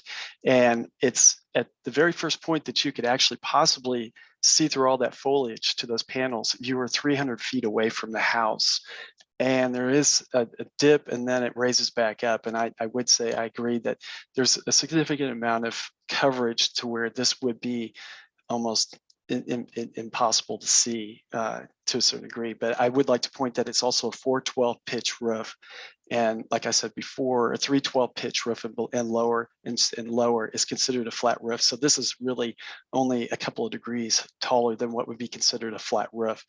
And just a general eye-line sight, this would be considered a flat roof, and you would only see a thin line at the edge of the panels, which would be a thin black line from Woodland Road when you're looking directly at the end of the house, because that's a gabled end, it's not a hipped end. And then also you're looking at a skew as you're moving south or coming from the south, and that would be almost impossible to see that with all the foliage that's going on there, plus in correlation as well, in addition to the shallow pitch of that roof. But that's all I really wanted to point out. Thank you for your time. I appreciate it. Thank you for your comments. Hey, Chair, can I say something? I'd like to say something a different way than the mayor said. Is anyone against this that wants to go ahead and speak? Because we kind of alluded that we just need to get this on the next agenda. Because if not, I mean, you're welcome to speak, even if you're for it, but we're kind of. All right. I mean, I know we need to move the meeting along, but I'm really confused at why this is, I get that has two sides visible, but it's the arch of the roof that's visible on the side street. So to me, this should be rear visible, and I don't even understand why it's coming before us. Well, under the definition of a front yard, that is the area of the property that abuts or has the roadway easement associated with it. So this particular lot, like Mr. Newberry mentioned, has two front yard setbacks. Mhm. So any installation that is visible from the front facing portion of the lot, which is the front yard setback areas, is applicable to the conditional use permit process. Mhm. I understand the visibility is limited, but Mr. Newberry was able to visit the property prior to the trees leafing out. And there is a bit of a difference between what you saw in the two slides versus what it looks like, let's say, during the winter months. And so from the perspective of the department, we're not trying to be obstructionist in this regard. We're just trying to ensure that regardless of the season, we do our best to interpret the codes fairly and equitably. Okay. All right. Thank you. All right. Anything else? Mr. Chair, we do have one speaker card. Oh, okay. Mr. Scott. Mhm.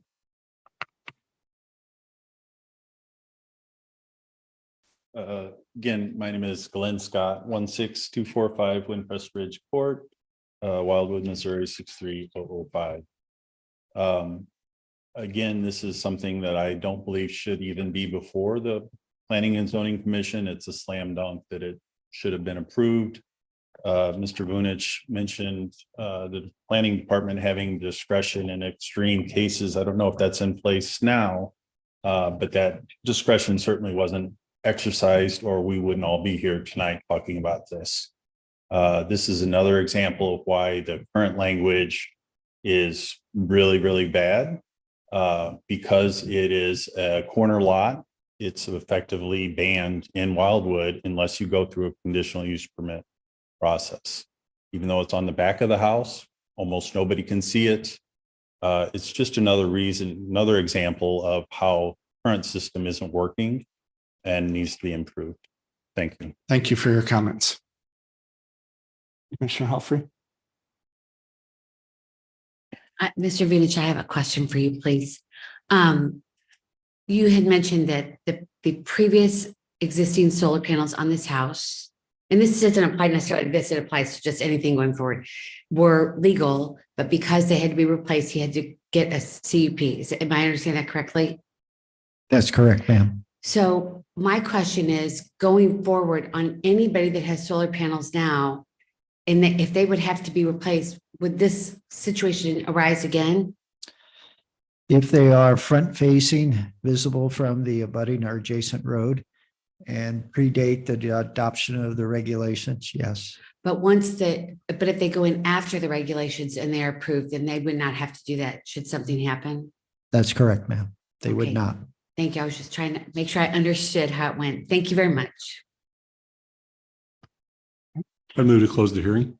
All right. Motion to close by Mayor Bullen, second by Commissioner Helfrey. All those in favor say aye. Aye. Any opposed? Any abstain? All right, public hearing is closed. Thank you. All right, so let's see here. Mr. Chairman, Yes, sir. if you and the commission want, since we're on the topic of solar panels, speaking of rearranging the agenda, it might make sense to go ahead and address PZ 3-23. And the reason I mention that is because as soon as it's read, I would make a motion to postpone that as we've done in the past, pending the city council's action on the new regulations that are before it to be consistent. But we would need to rearrange the agenda to do that. I just thought it might expedite the flow of the meeting to suggest that. Fair enough. All right. So motion by the mayor, seconded by Commissioner Cohn. All those in favor, first say aye. To rearrange the agenda? Yes. Okay, yeah, aye. All right. Any opposed? Any abstain? All right. PZ 3-23, Mr. Vunich. Mr. Chair, PZ 3-23, Sarah and Patrick Wood, 17837 Wilderness Cliff Court, Wildwood, Missouri, 63005, care of Astrowatt Solar and Megan Murphy, 3525 Roanoke Road, Suite 110, Kansas City, Missouri, 64111. A request for a conditional use permit, CUP, in the R1 1 acre resident district for the installation of roof mounted solar panels, which are to be so situated on the dwelling as to be visible from the adjoining roadway, which such being located at 17837 Wilderness Cliff Court, St. Louis County, locator number 19W 620226, street address 17837 Wilderness Cliff Court. The request is reviewed in accordance with chapter 415.110 R1 1 acre resident district regulations of the city of Wildwood zoning ordinance, which establishes standards and requirements for the installation of solar panels. This requested permit is required due to the panel's placement on the front facing area of the roof of the dwelling, thereby causing them to be visible from the adjoining roadway. This particular property is located in Ward 1. Thank you. Thank you, Mr. Vunich. With that, Mr. Chair, I make a motion to postpone this until such time as the city council has acted on the proposed regulations relating to solar panels. So motion by the mayor to postpone, seconded by Commissioner Helfrey. All those in favor say aye. Aye. Any opposed? I'm opposing. Any abstain? Motion postponed.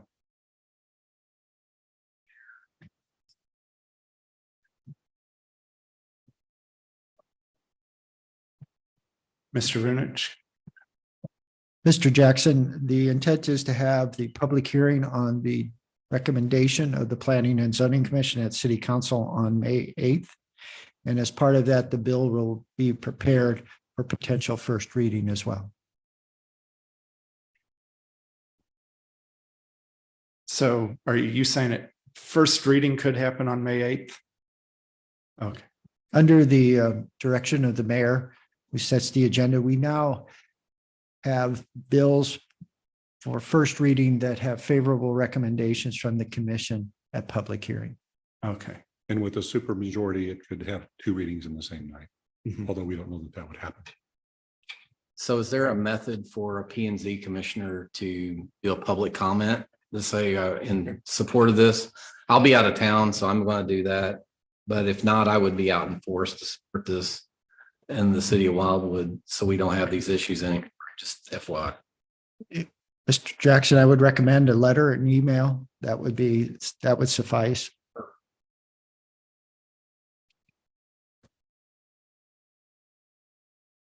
All right. So let's see here. Next on the agenda, PZ 5-21. Am I keeping my place right? Yes, sir, Mr. Chair. PZ 5-21, City of Wildwood Planning and Zoning Commission, care of Department of Planning, 16860 Main Street, Wildwood, Missouri, 63040. A request for the Planning and Zoning Commission to conduct a comprehensive review of, then consider potential changes to City of Wildwood's Municipal Code, Chapter 410, Tree Preservation and Restoration Code, and its associated landscape manual and sustainable plantings guides for the purposes of ensuring such are consistent with current techniques reflective of best practices and accomplish the goals and objectives of the master plan of the City of Wildwood, all wards. Thank you, Mr. Newberry. Mr. Vinich. Thank you, Mr. Chair. Mr. Chair, members of the Planning and Zoning Commission, as has been the practice of the department of late, I would like to acknowledge the assistance the department received from the city attorney, John Young, as well as our interim city administrator, Tom Lee, on this particular matter. At the last meeting of the Planning and Zoning Commission in April, a motion was made to postpone action on the overall recommendation report to allow further analysis of what constitutes, in this particular case, a grand tree stand. With the assistance of the city attorney and interim city administrator, there have been modifications made that all three parties, that being again the city administrator, interim city administrator, city attorney, and the department, believe will address the concerns about a tangible way to identify a grand tree stand. And in this particular instance, what has changed is an item relating to a size has been memorialized as part of that particular definition, and two additional definitions that were prepared by the city attorney have been added. Those additional definitions relate to canopy and canopy cover area. The department believes that through the work of the team, we have provided you a reasonable approach to identifying a grand tree stand, and tonight ask for a motion to proceed forward with the letter of recommendation as presented. Thank you. Thank you, Mr. Vinich. Mayor Boland. Thank you, Mr. Chairman. So as you know, I've been the one concerned about the ambiguity in this particular definition. Before I make a statement, I have a question. Is it intended that, so we have a group, so it certainly says, as I read it, a group of, well, as it says, we have a grouping of trees no less than 6 foot in total, having the size of 12 inches DBH or greater, which either 1 or 2. So this isn't disjunctive, this isn't conjunctive, it's disjunctive, it's either or, not and. Okay, then I am going to make a suggestion. I would actually be in favor of eliminating number 2, but if I don't know about the sentiment for that, but I'm just going to walk through this a little bit, and I do this with all due respect to our city attorney and others involved in this. So, so we have a grouping of trees. Number 2, along with other native or complementary vegetation. I might find something complementary, you might not. In association with them, forms an area of ecological or biological significance. I might find it significant, you might not. For purposes of stormwater management, soil stabilization, wildlife habitat. And I'm going to take a pass on all those three, but then, and aesthetic appeal. I might find it aesthetically appealing, and you might not. So if we keep it, I would suggest that we add the following language to the end of number 2. That cannot otherwise be addressed in connection with any removal proposal. So if we're going to keep that degree of what I still consider to be potential ambiguity, I would not want to see this definitional part of it be used to arbitrarily and subjectively eliminate someone building a house, a development, any other reason that could be the cause for the stand to be moved. Because I still think the terminology that we have there, while I understand and appreciate the intent of it, but complementary vegetation, is it significant? Is it aesthetically appealing? Those are subjective. And so I think if we're going to keep it, I would suggest for those reasons that we add the words that cannot otherwise be addressed in connection with any removal proposal. It's only as to number 2, not as to number 1. Commissioner Helfrey. Well, okay, I hear what you're saying, but when I read this, I thought that under number 2 confused me greatly. And I still am kind of confused by what you said. I don't think that it makes sense to have it in there because if we're talking about a grand tree stand, all of those other things Yes. in a layperson, which would be me, that doesn't make sense. Why would that, all of those other things define grand tree stand? You're just describing an area to me as a layperson. So in my opinion, I don't think that number 2 should be there at all. I think we're just asking for how big the stand is. Yes. And that is 6,000 feet. According to this, no less than 6,000 feet. I think that the other part is very confusing and I think it's going to lead to trouble down the road. I agree. And if that's the ultimate decision of the commission, I have no objection to that. It is worth noting, though, that the definition that was originally presented that we have now modified and maintained as a subsection 2 is a definition that is understood in arboricultural textbooks of the definition of a tree stand. So when we talk about complementary vegetation, that is stuff that would have to be scientifically established. And that is the intent behind it. Now, that being said, the idea in keeping that language was to establish a baseline, but allow for broader application. But again, if the commission decides it wants to have just the baseline and have a firm number, I have no objection to that. Well, I thought that when we initially talked about this, we were trying to define how big is a tree stand? Is it, all these trees in a small area or a big area and how big? And so I think that the number 1 does that. It defines that pretty clearly. And I think that the rest of it just muddies the waters. And that's just my opinion. Thank you very much. Mayor Bullen.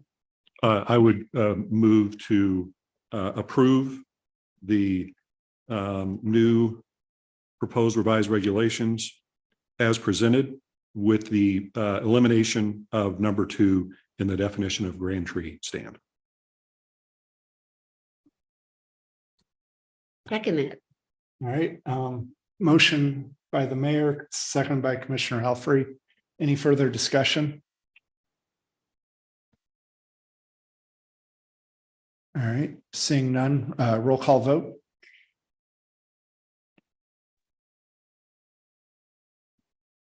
Commissioner Ward, Yes. Commissioner Ward votes yes. Commissioner Cohn, Yes. Commissioner Broyles, Yes. Commissioner Broyles votes yes. Commissioner Clayton, Yes. Commissioner Depler, Yes. Commissioner Depler also votes yes. Yes, excuse me. Commissioner Jackson, Yes. Commissioner Helfrey, Yes. Chair Beatty, Yes. Councilmember Brost, Yes. Mayor Boland. Yes. Thank you. All right, motion carries unanimously. Let's see here. So next on the agenda looks like PZ 10-23. Mr. Vrinich. Yes, sir. Thank you. PZ 10-23, Jody and Denise Crow, 18300 Eagles Rest Knoll Court, Wildwood, Missouri, 63069. A request that seeks the review and action of the Planning and Zoning Commission regarding an existing outdoor game court, soccer field, located on the west side of Allenton Road on the south side of Eagles Rest Knoll Court. Street address 18300 Eagles Rest Knoll Court, St. Louis County, locator number 26X240225, NU non-urban resident district. This request is to be reviewed in accordance with Chapter 415.090 NU non-urban district regulations of the City of Wildwood zoning code, which establishes standards and requirements for outdoor game courts relating to their considerations by the Planning and Zoning Commission. The completed outdoor game court addition, i.e. soccer field, is situated on the south side of the existing residence, which does constitute an accessory use to the single-family dwelling, the lot's primary activity. This particular property is located in Ward 6. Thank you. Thank you, Mr. Vrinich. Mr. Newberry. Thank you, Mr. Chair. Mr. Chair and members of the Planning and Zoning Commission, before the department presents its recommendation report, it has a brief slideshow presentation to orient the commission members and the public to the site. The property is highlighted with a light blue line in this image. Again, Allenton Road is to the east, and Eagles Rest Knoll Court, the cul-de-sac street, is located to its north. The soccer field, the outdoor game court in this instance, is placed to the south of the home. The next are a few images just to show you what the outdoor game court looks like, and I'll explain a little bit more in my presentation. This is looking towards the north, towards the home. The black coated vinyl fence, chain link fence, is part of the soccer field outdoor game court. The next is looking to the north, towards Allenton Road. Beyond the large trees is Allenton Road. You can see the grade changes and raises up to the roadbed. The next is looking more directly to the east toward Allenton Road. Again, the mature trees and the grade change shown in this photo. I believe those are the only photographs. I'm going to advance back one slide just to make the point that the soccer field is made up of artificial turf placed on top of some rocks that were put in place by the homeowner to establish the court area. So Planning and Zoning Commission members, the department has prepared a recommendation report for your consideration tonight regarding this outdoor game court. In the city's zoning code, in the NU non-urban residence district, which this property is located in, outdoor game courts are required to be reviewed by the Planning and Zoning Commission. In this instance, the city was brought to the attention that the outdoor game court had been constructed. Shortly thereafter, the property owner was advised of the regulations and quickly began the permitting process, which is in the step to be heard by the Planning and Zoning Commission tonight. The property is a 4.5 acre site. The field itself is approximately 3,200 feet in area. It is placed in a manner that is not visible from Allenton Road and is behind the home, slightly visible from Eagles Rest Knoll Court, a cul-de-sac street again.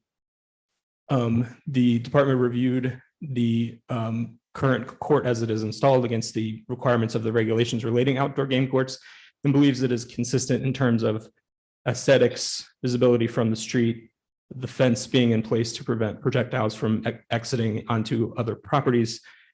It's placed in a manner that's far enough away from property lines so that any projectile would stay on the subject property and not exit onto a neighboring property. And taking into consideration all of that information and that analysis, the department is recommending approval of retaining the outdoor game court, the soccer field. And if the commission is supportive of that, then a permitting process through our zoning authorization process that the department administers would begin with the property owner. I mentioned that step in the process because the department's recommendation is conditioned on a few items.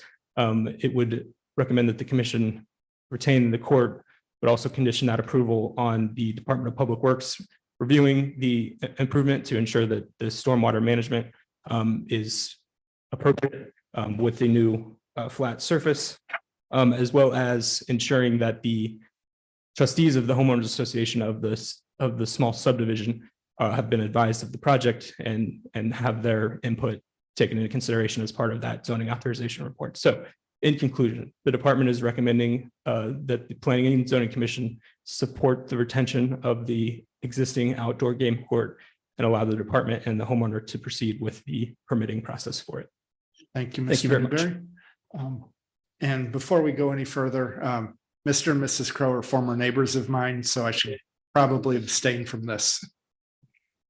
Commissioner Helfrey?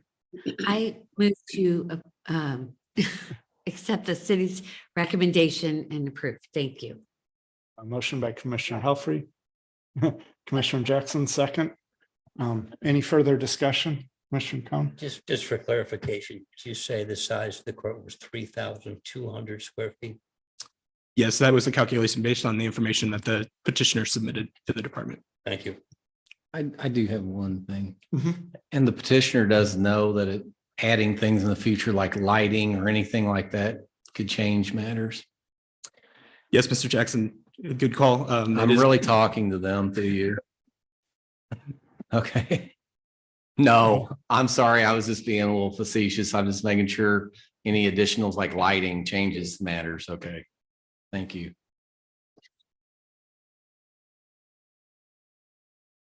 Mr. Vunich would be best to answer that, but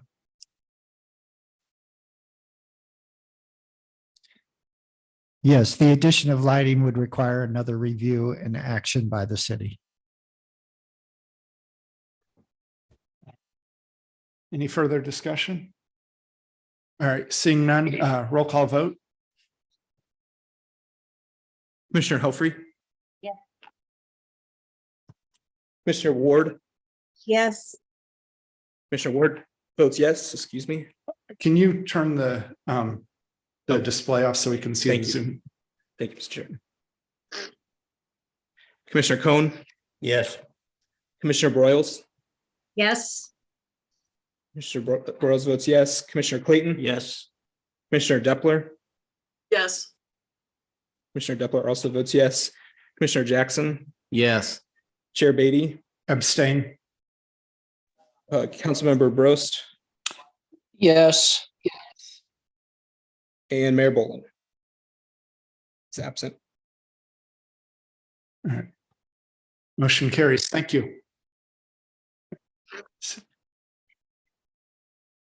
I'm gonna have to come by and see that. Yeah, I was there right before I got here. Caitlin had practice out at Greensfelder. All right, see ya. All right, let's see here.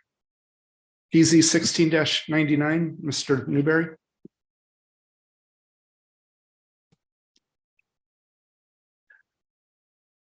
Thank you, Mr. Chair. Just give me a moment. A review and determination regarding the renewal of an existing conditional use permit in the amended C8 Plan Commercial District granted by the City Council via resolution on May 13, 2002 for a telecommunications tower and related equipment shelter PZ 16-99 Sprint Spectrum LP. The commission must consider renewing this permit on an annual basis. This facility is located on the north side of Clayton Road, east of Strecker Road. Locator numbers 21U 120327, street address 16947, Clayton Road. Accompanying this renewal request is the department's report in response to a communication from William Bostic, Crown Castle, dated March 13, 2023, which seeks the Planning and Zoning Commission's review and action on a request to amend the same conditional use permit to change the required renewal timeframe of it from every year to every 3 years. Ward 2. Thank you, Mr. Newberry. Mr. Vunich. Thank you, Mr. Chair. Mr. Chair, members of the Planning and Zoning Commission, the department has prepared for your consideration tonight a letter with recommendation regarding the request before you. The request is twofold. First, as with all telecommunication facilities, particularly towers, there is an annual renewal requirement, and in this case, that applies. The second component of this twofold request is a request to change that 1 year or annual renewal to 3 years. The department did a site inspection of the property as part of its review of the request. Those photographs that the department believe were most appropriate to reflect its recommendation are provided as part of the letter with recommendation. The department is recommending the annual extension of the conditional use permit for this particular facility. In the report, the department notes that the provision of telecommunication services is paramount to a full range of services to our residents, and certainly its removal would have a negative impact. However, the department is not supporting the extension of the renewal cycle from 1 year to 3 year. As you can see by the photographs, that annual renewal gives the city the opportunity to ensure that facilities, regardless of the best intents of their owner, are maintained. And in this particular instance, the department would note that petitioner's letter identified that they take good care of their sites. It's not to say that they don't, but certainly just on a single site visit, there were at least 5 items that were identified that were problematic. So tonight, the department is recommending the annual extension, but not the change to the underlying conditions of the permit specifically relating to the renewal timeframe. With that, the department will respectfully request a motion based upon the report And Mr. Newberry, Mr. Young, and I are available for any comments or questions. Thank you. All right, Commissioner Helfrey.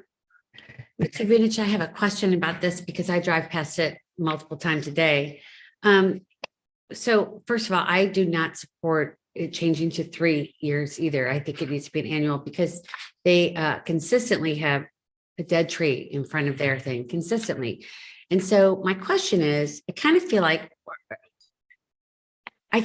the state tied our hands when they said that, that we really couldn't say where people could and couldn't put cell towers, but then we're still allowed to tell them they have to maintain them. So we can't tell them to take that down, right? And so how do we ensure that they take care of these dead trees that have been there for a very long time?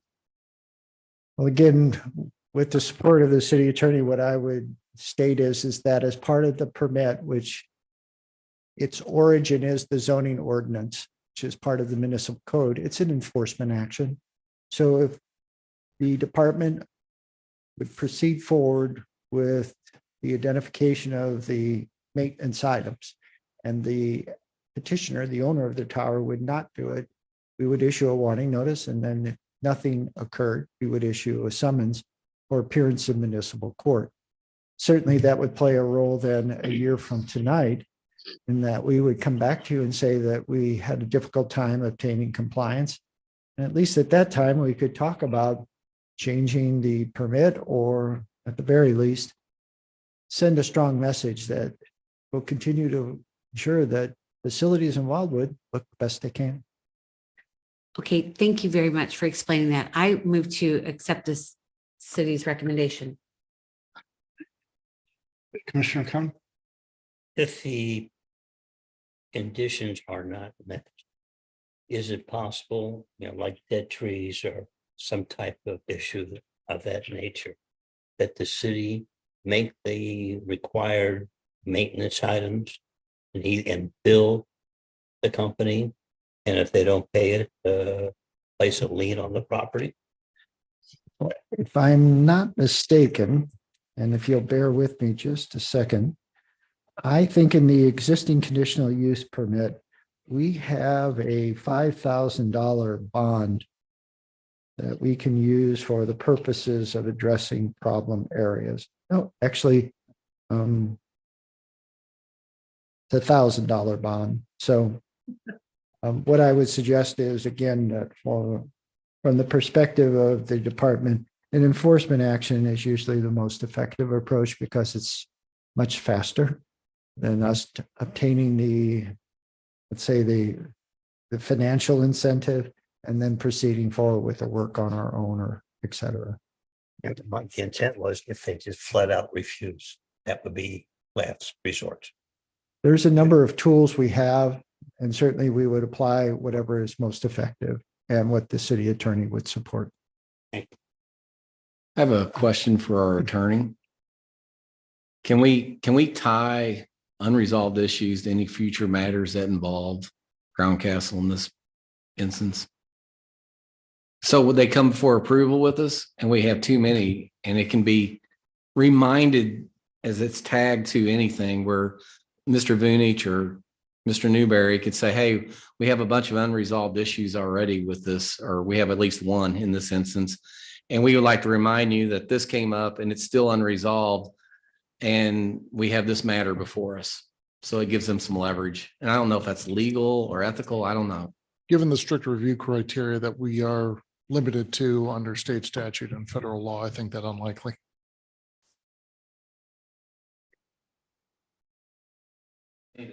I do. Okay, seconded by Commissioner Clayton. Any further discussion? All right, seeing none, roll call vote. Commissioner Cohn, Yes. Commissioner Broyles, Yes. Commissioner Clayton, Yes. Commissioner Depler, Yes. Commissioner Jackson, Yes. Commissioner Helfrey, Yes. Commissioner Ward, Yes. Chair Beatty, Yes. and Councilmember Brost. Yes. Thank you. All right, motion carries. Thank you. All right, looks like the presentation on the reoccupancy permit program. Thank you, Mr. Chair. Mr. Chair, members of the Planning and Zoning Commission, as you may recall at our last meeting, the department presented responses to questions that had been raised by the commission members, particularly the legality of a program of this nature in the city of Wildwood. And then more importantly, in some regards, because there was other communities with these programs, the practicality. The practicality was developed through a conversation with St. Louis County, which provides all inspections at this time relative to the building code and other codes associated with it. Practicality was determined that St. Louis County could offer a set of inspections for the reoccupancy of 1 and 2 single-family dwellings to the city of Wildwood. At the conclusion of that discussion, there was a desire to understand what items on the exterior and interior of a dwelling are typically reviewed as part of this reoccupancy inspection, and then just what other communities have these types of inspections. With the assistance of the Assistant Director of the Department of Planning and Parks, Melanie Ripito, the department has prepared for you that analysis or comparative analysis and identified some of the other communities that are offering inspections and those that do not. Along with that, we pulled together some of the handouts or pamphlets that other communities provide as part of their process, so you could kind of get a feel for them as well. The department, again, believes it's addressed the requested information that was identified by the Planning and Zoning Commission at the April meeting, and tonight is presented it for any further comments. If there is general support for proceeding forward, the department would anticipate having a report with recommendation at the June meeting for the commission's consideration and action. That final report then would be forwarded on to City Council for its consideration and review. Thank you. Thank you, Mr. Vinich. Questions? Commissioner Helfrey? I just want to make sure I'm reading this right, if you don't mind. It's I'm reading the chart that you showed, that you gave us, and it tells how the other cities, if they do have it, what they charge. And above it says that St. Louis County would charge $80. So would that be what we charge the public? Then would just be the $80 because St. Louis County is doing it on our behalf. Is that what I understand? Actually, we could add a fee in association with that particular amount. Now, again, understand that at this time, we do not charge a fee for any authorization, whether it's for a deck, a new single-family dwelling, or a commercial building. That is probably going to change in the near term. There's been a discussion amongst the chairs of the 3 committees at the direction of the City Council and Mayor to come back with potential fee increases, and one such will be for authorization of building permits. My suspicion is that since we are going to charge a fee for the authorization of permits, we still will have to process something relative to the reoccupancy program. The benefit to the city is that knowing that there is a reoccupancy underway, and then that way we not only can check obviously the interior and exterior features, but there are some zoning items that we also review when we get the opportunity. So I don't know what that fee would be. Obviously, your concern is an $80 charge plus whatever the city may add. But again, I think the charge is reasonable given the level of inspection and the time associated with it. Well, I don't have an opinion on whether the $80 is reasonable or not. I just was trying to make sure that I was reading the documentation correctly. But I guess after listening to what you said, I would request that when you do that, if we're going to charge a fee on top of what St. Louis County does, I personally would like to know what that fee is covering. Because if we're doing extra work ourselves, then I think that a fee needs to be paid. But if we're not doing something ourselves and St. Louis County is doing the work, I don't understand why we would need to charge an extra fee. So I guess when you do all that, if you wouldn't mind explaining that, I would be very grateful. I can certainly do that. And what I would, just as an overarching statement, St. Louis County regardless of the type of permit, under our contract, the city's contract with them will not release a permit until it's been reviewed by the city. So from that perspective, we have to basically put the key in the door and unlock the lock before St. Louis County will do anything. So there is time spent either by the planning technician, one or more of the planners, et cetera. But certainly I can give you a better breakdown. So much. Commissioner Jackson. Yeah, so I think, obviously I've been very crystal clear. I think we need our own inspectors. I think it needs to be similar to what Baldwin does. I used to live there. We have a lot of renewables, primarily solar that needs to be re-inspected. Housing conditions. I know that once St. Louis County's gone, they're not back. They condemned the house that I know of. People are living in it and remodeling it, among other things, right? So, and then we also have, we have developers. We had one tonight, right? And they build however many homes, and then we've seen all the feedback from the citizenry about some bad experiences. You had planks flying off. Why was certain things not inspected? Because that's a process when a new home build, if anyone's not familiar, I'm sure Mr. Cohn above anyone would know better than me. They check to make sure before the concrete's poured. There's an inspection for the electric. There's an inspection for the plumbing. There's on and on and on and on new builds too. So in summary, I agree with Ms. Helfrey that, explanation of what the fee and the fee structures are for, but this is to the benefit of the citizenry. Okay. And I just think I'm definitely an advocate for it, but I'm just one person. I know this could get very political when it moves up the line. So I support what you're doing. I do agree, Ms. Helfrey, the next one that make sure it's clear what they are, what they're for. So. Certainly. I have a question. No one else. My Oh, other, after Ms. Helfrey, Commissioner Ward, then I'll come to you. thank you, Mr. Chair.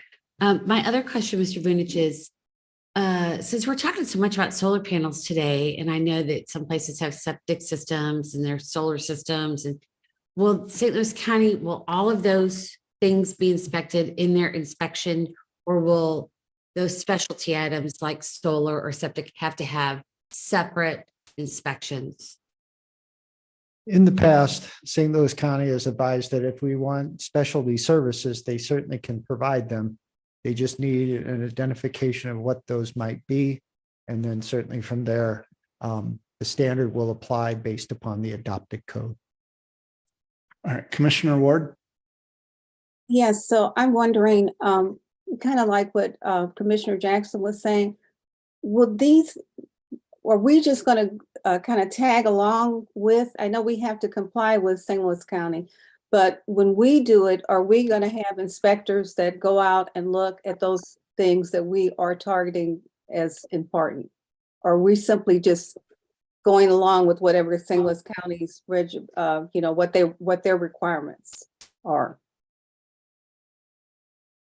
As part of the contract with St. Louis County for all of the inspections we receive from them, and those include structural, mechanical, electrical, plumbing, building, et cetera, we were required to adopt the building codes under their interpretations. In this particular instance, for reoccupancy, the department would recommend that we again adopt the applicable code, which will be, for the most part, existing residential. And that is in place already. But what I would say to you, Ms. Ward, and to Mr. Jackson, as well as the rest of the commission, currently, we're on the front end of the process.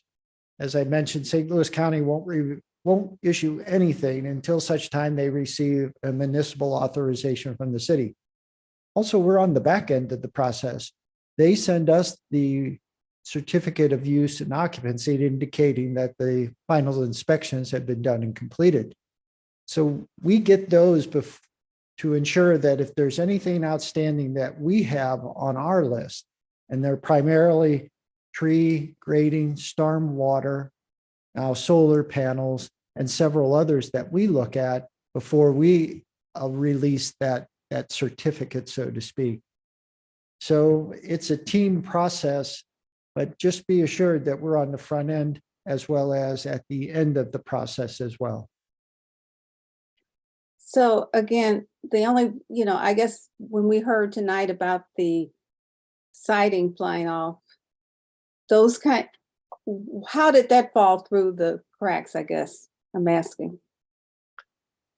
Certainly, that's an inspection process with the St. Louis County inspector, not necessarily the city of Wildwood.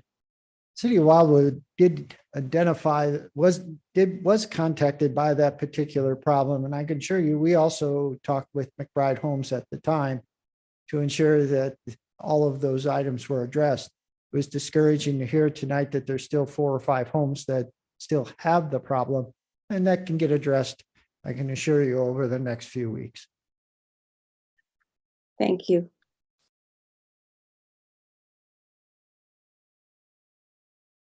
Couldn't help but think when I saw that, I'm like, maybe vinyl's not so bad after all. My vinyl hasn't gone flying. Or, well, wait a minute, it did one time, but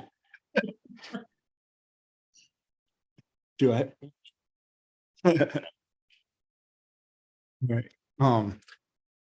I've been hesitant on this for the simple reason that Metro West already has an inspection program. I realize parts of the city are covered by Monarch or Eureka. But what's this going to do different than what the Metro West inspection does?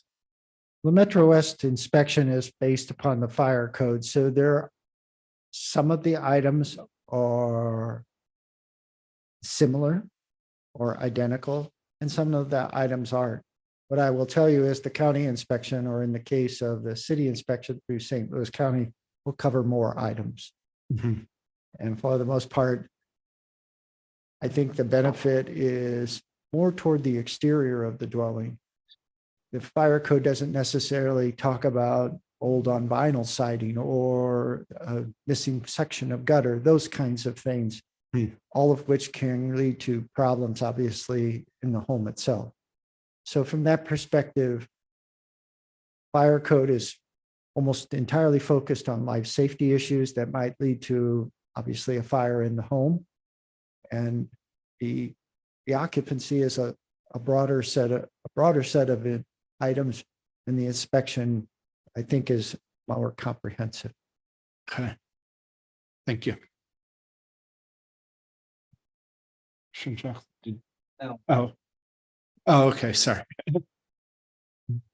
Mr. Chair, if we've addressed all of the items except the charge, the department would like to prepare some type of recommendation report so we can either move it forward, find out if there's areas of additional study, but at least kind of get some momentum in one direction or the other. Thank you.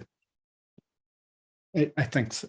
So you're looking for a motion, right? Yes, the department will respectfully request a motion from the commission to proceed forward with a report with recommendation regarding the findings to date of the Planning and Zoning Commission regarding the reoccupancy. Then I would make a motion that we go ahead with this.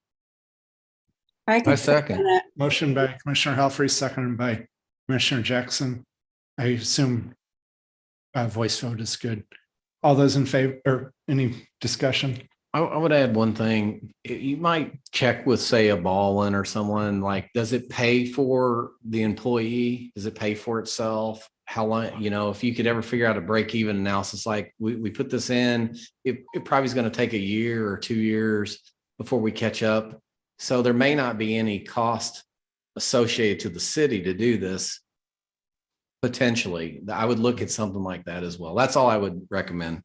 And with the provisions chair, very quickly, based upon the request to kind of analyze that cost structure, I would note that Baldwin is $125 per inspection, which in this case is $50 more than the majority of the other communities.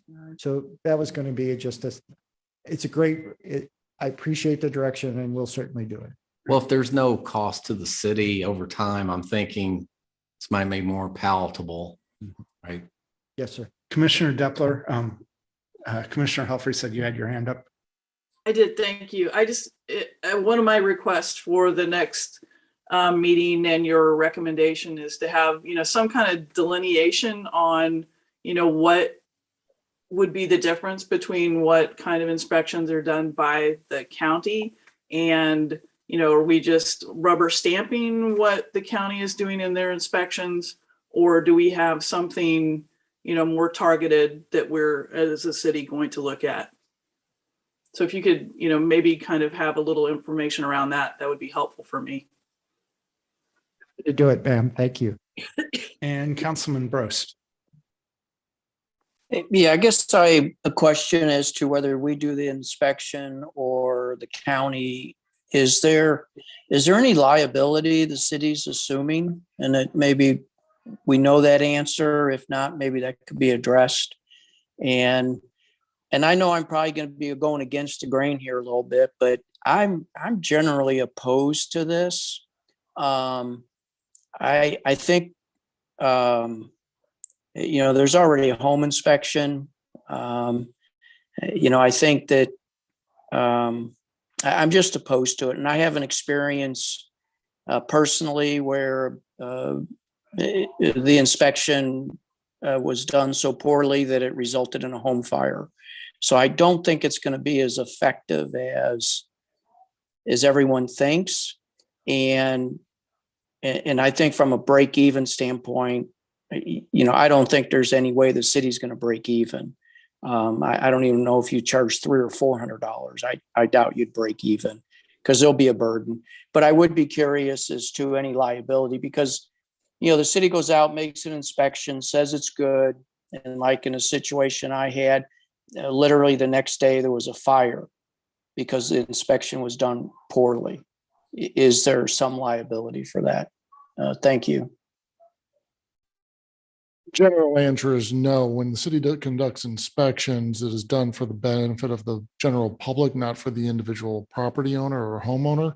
There's a case where an electric inspection was conducted, it was approved, and then someone was electrocuted and passed away. And the city was held not to be liable because there was no duty for the city to establish that the electric was properly installed. So sort of as a follow-up, maybe Scott, to your point. So what John's saying is there's really no benefit to the resident. We're not giving the resident any comfort, the new buyer, because if something's wrong.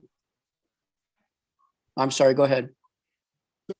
I wouldn't go that far. My only purpose in stating is that we don't have a legal duty. That doesn't mean there's not a benefit. Yeah. Okay. And just as a comment relative to all of that, I think underpinning almost all of the inspections are two primary purposes: life safety, and the other that we talk a lot about here at City Hall is preserving property values. And I think that's where Mr. Young is kind of saying, when you do an inspection, you ensure that the exterior of the house next to you that's up for sale or going to transfer actually doesn't continue to deteriorate and affect the value of your property. Because when someone comes to visit and you're selling your house, they look next door and it's like, I don't want to live next to that. And so that's the kind of the crux that I think is the underpinnings of a occupancy process.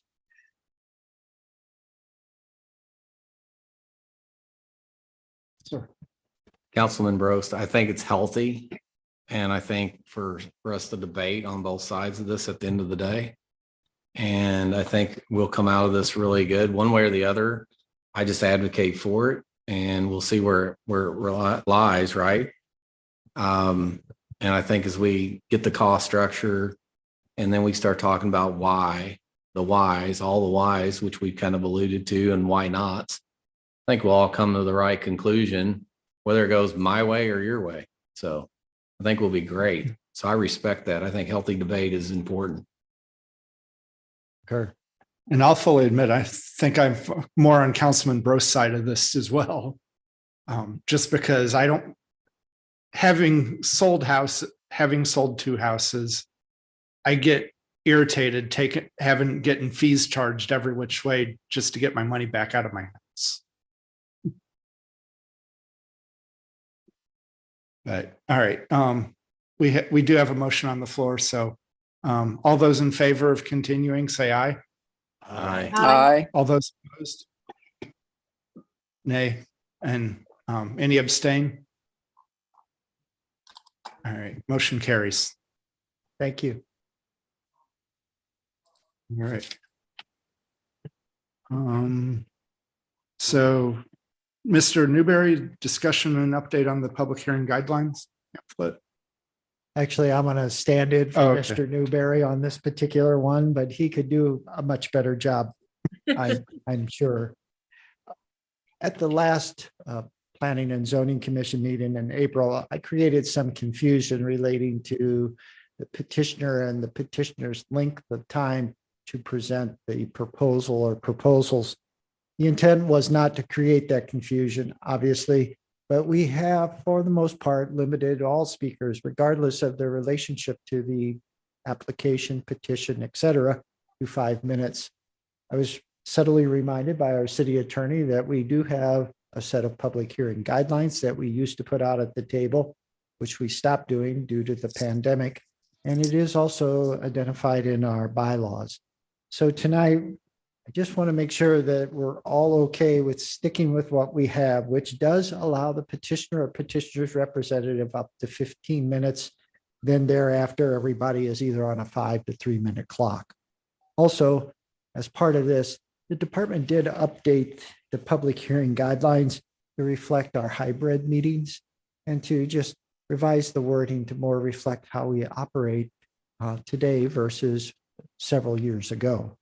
So tonight, the department is seeking 2 actions, which can be done by a single motion, that the public hearing guidelines or time be either supported or changed, and that regardless of the time frame, the public hearing guidelines as revised to reflect our hybrid meeting and other items be adopted. Thank you. Thank you, Mr. Vunich. Commissioner Cohn. Motion to approve. Second by Commissioner Helfrey. Before we vote on this, the one thing while we're talking about this, I want. All right. I'll after I'll come to Commissioner Broyles. Okay.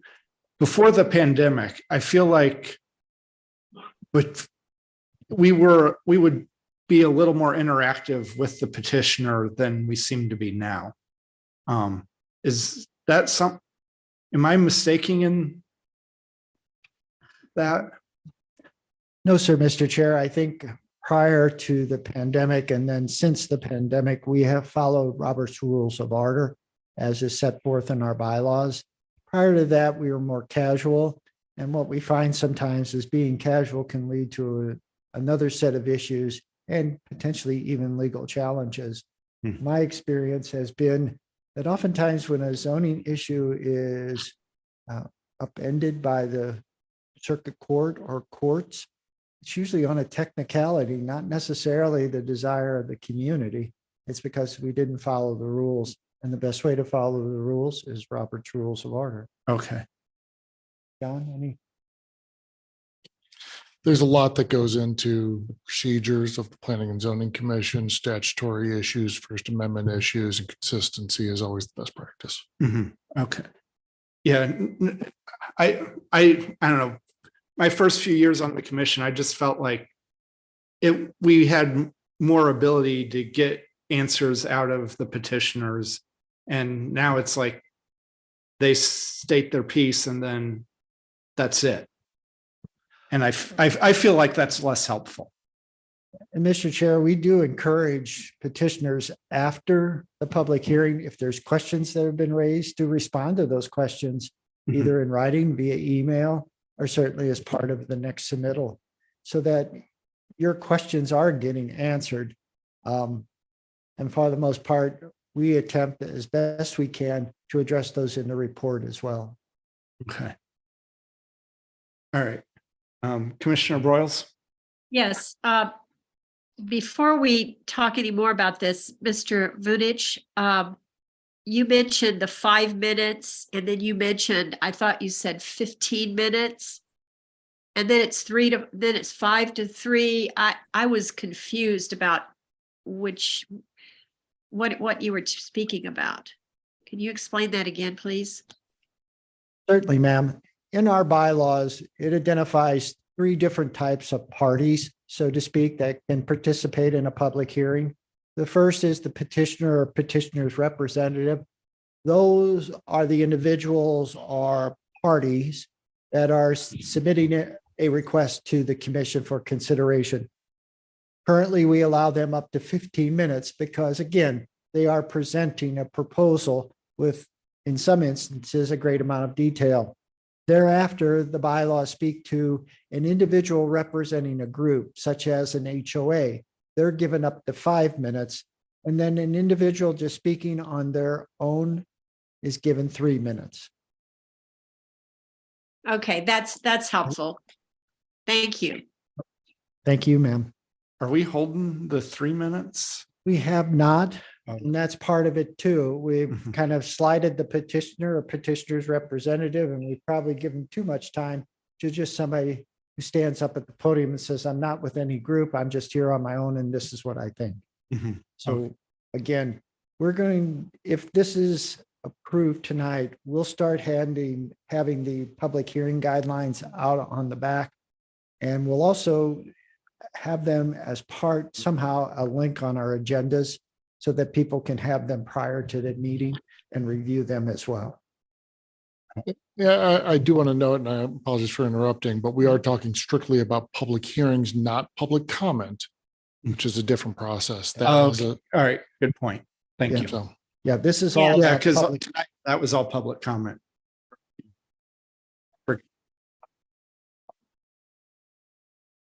Yeah. No, that's in our bylaws, I believe, right? that's my recollection. Yes, it would be consistent across the board.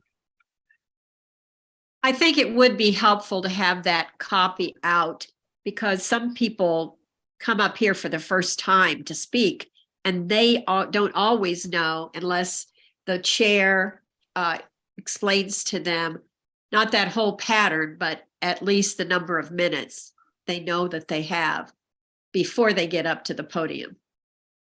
Normally, I think Mr. Vinich and Mr. Newberry are pretty good about telling them they have 5 minutes. I think we overlooked that tonight, but yeah. And to Commissioner Jackson's question, we'll check the bylaws. I'm thinking it is 5 minutes, but I don't want to guess on that. And so we'll check the bylaws. I'll send out an email letting you know if we're obliged to provide 5 minutes during public comment or public participation, or it can be something less based on our bylaws. And maybe Mr. Young can find it now and save an email. No, I don't, I'm pretty sure that's written into our, the number is written in.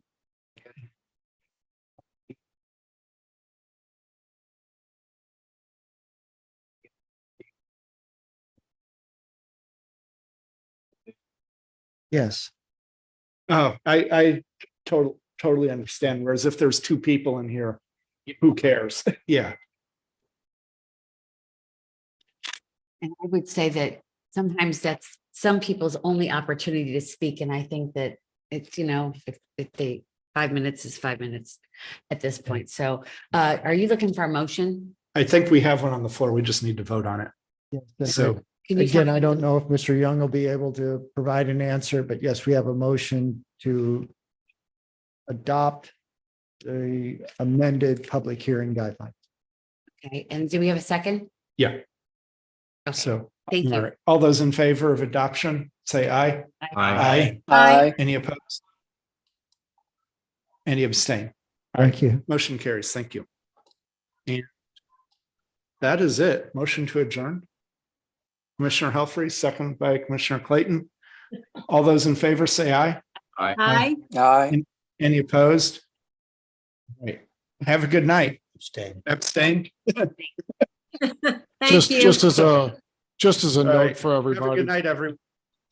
just as a note before everybody leaves, the time for public hearings was as the director stated. I do not see in the bylaws any provision for the specific time for public comment. So it is discretionary, I guess. I would not go that far. No. I would say, I would recommend either establishing one or certainly being consistent with how it's. It seems to me that if someone is prepared, they can say about all they need to say in 5 minutes. You would think. I think I remember that from COM 101 is that if you can't get your point across in 5 minutes, you're repeating yourself. Well, again, nothing Yes. prohibits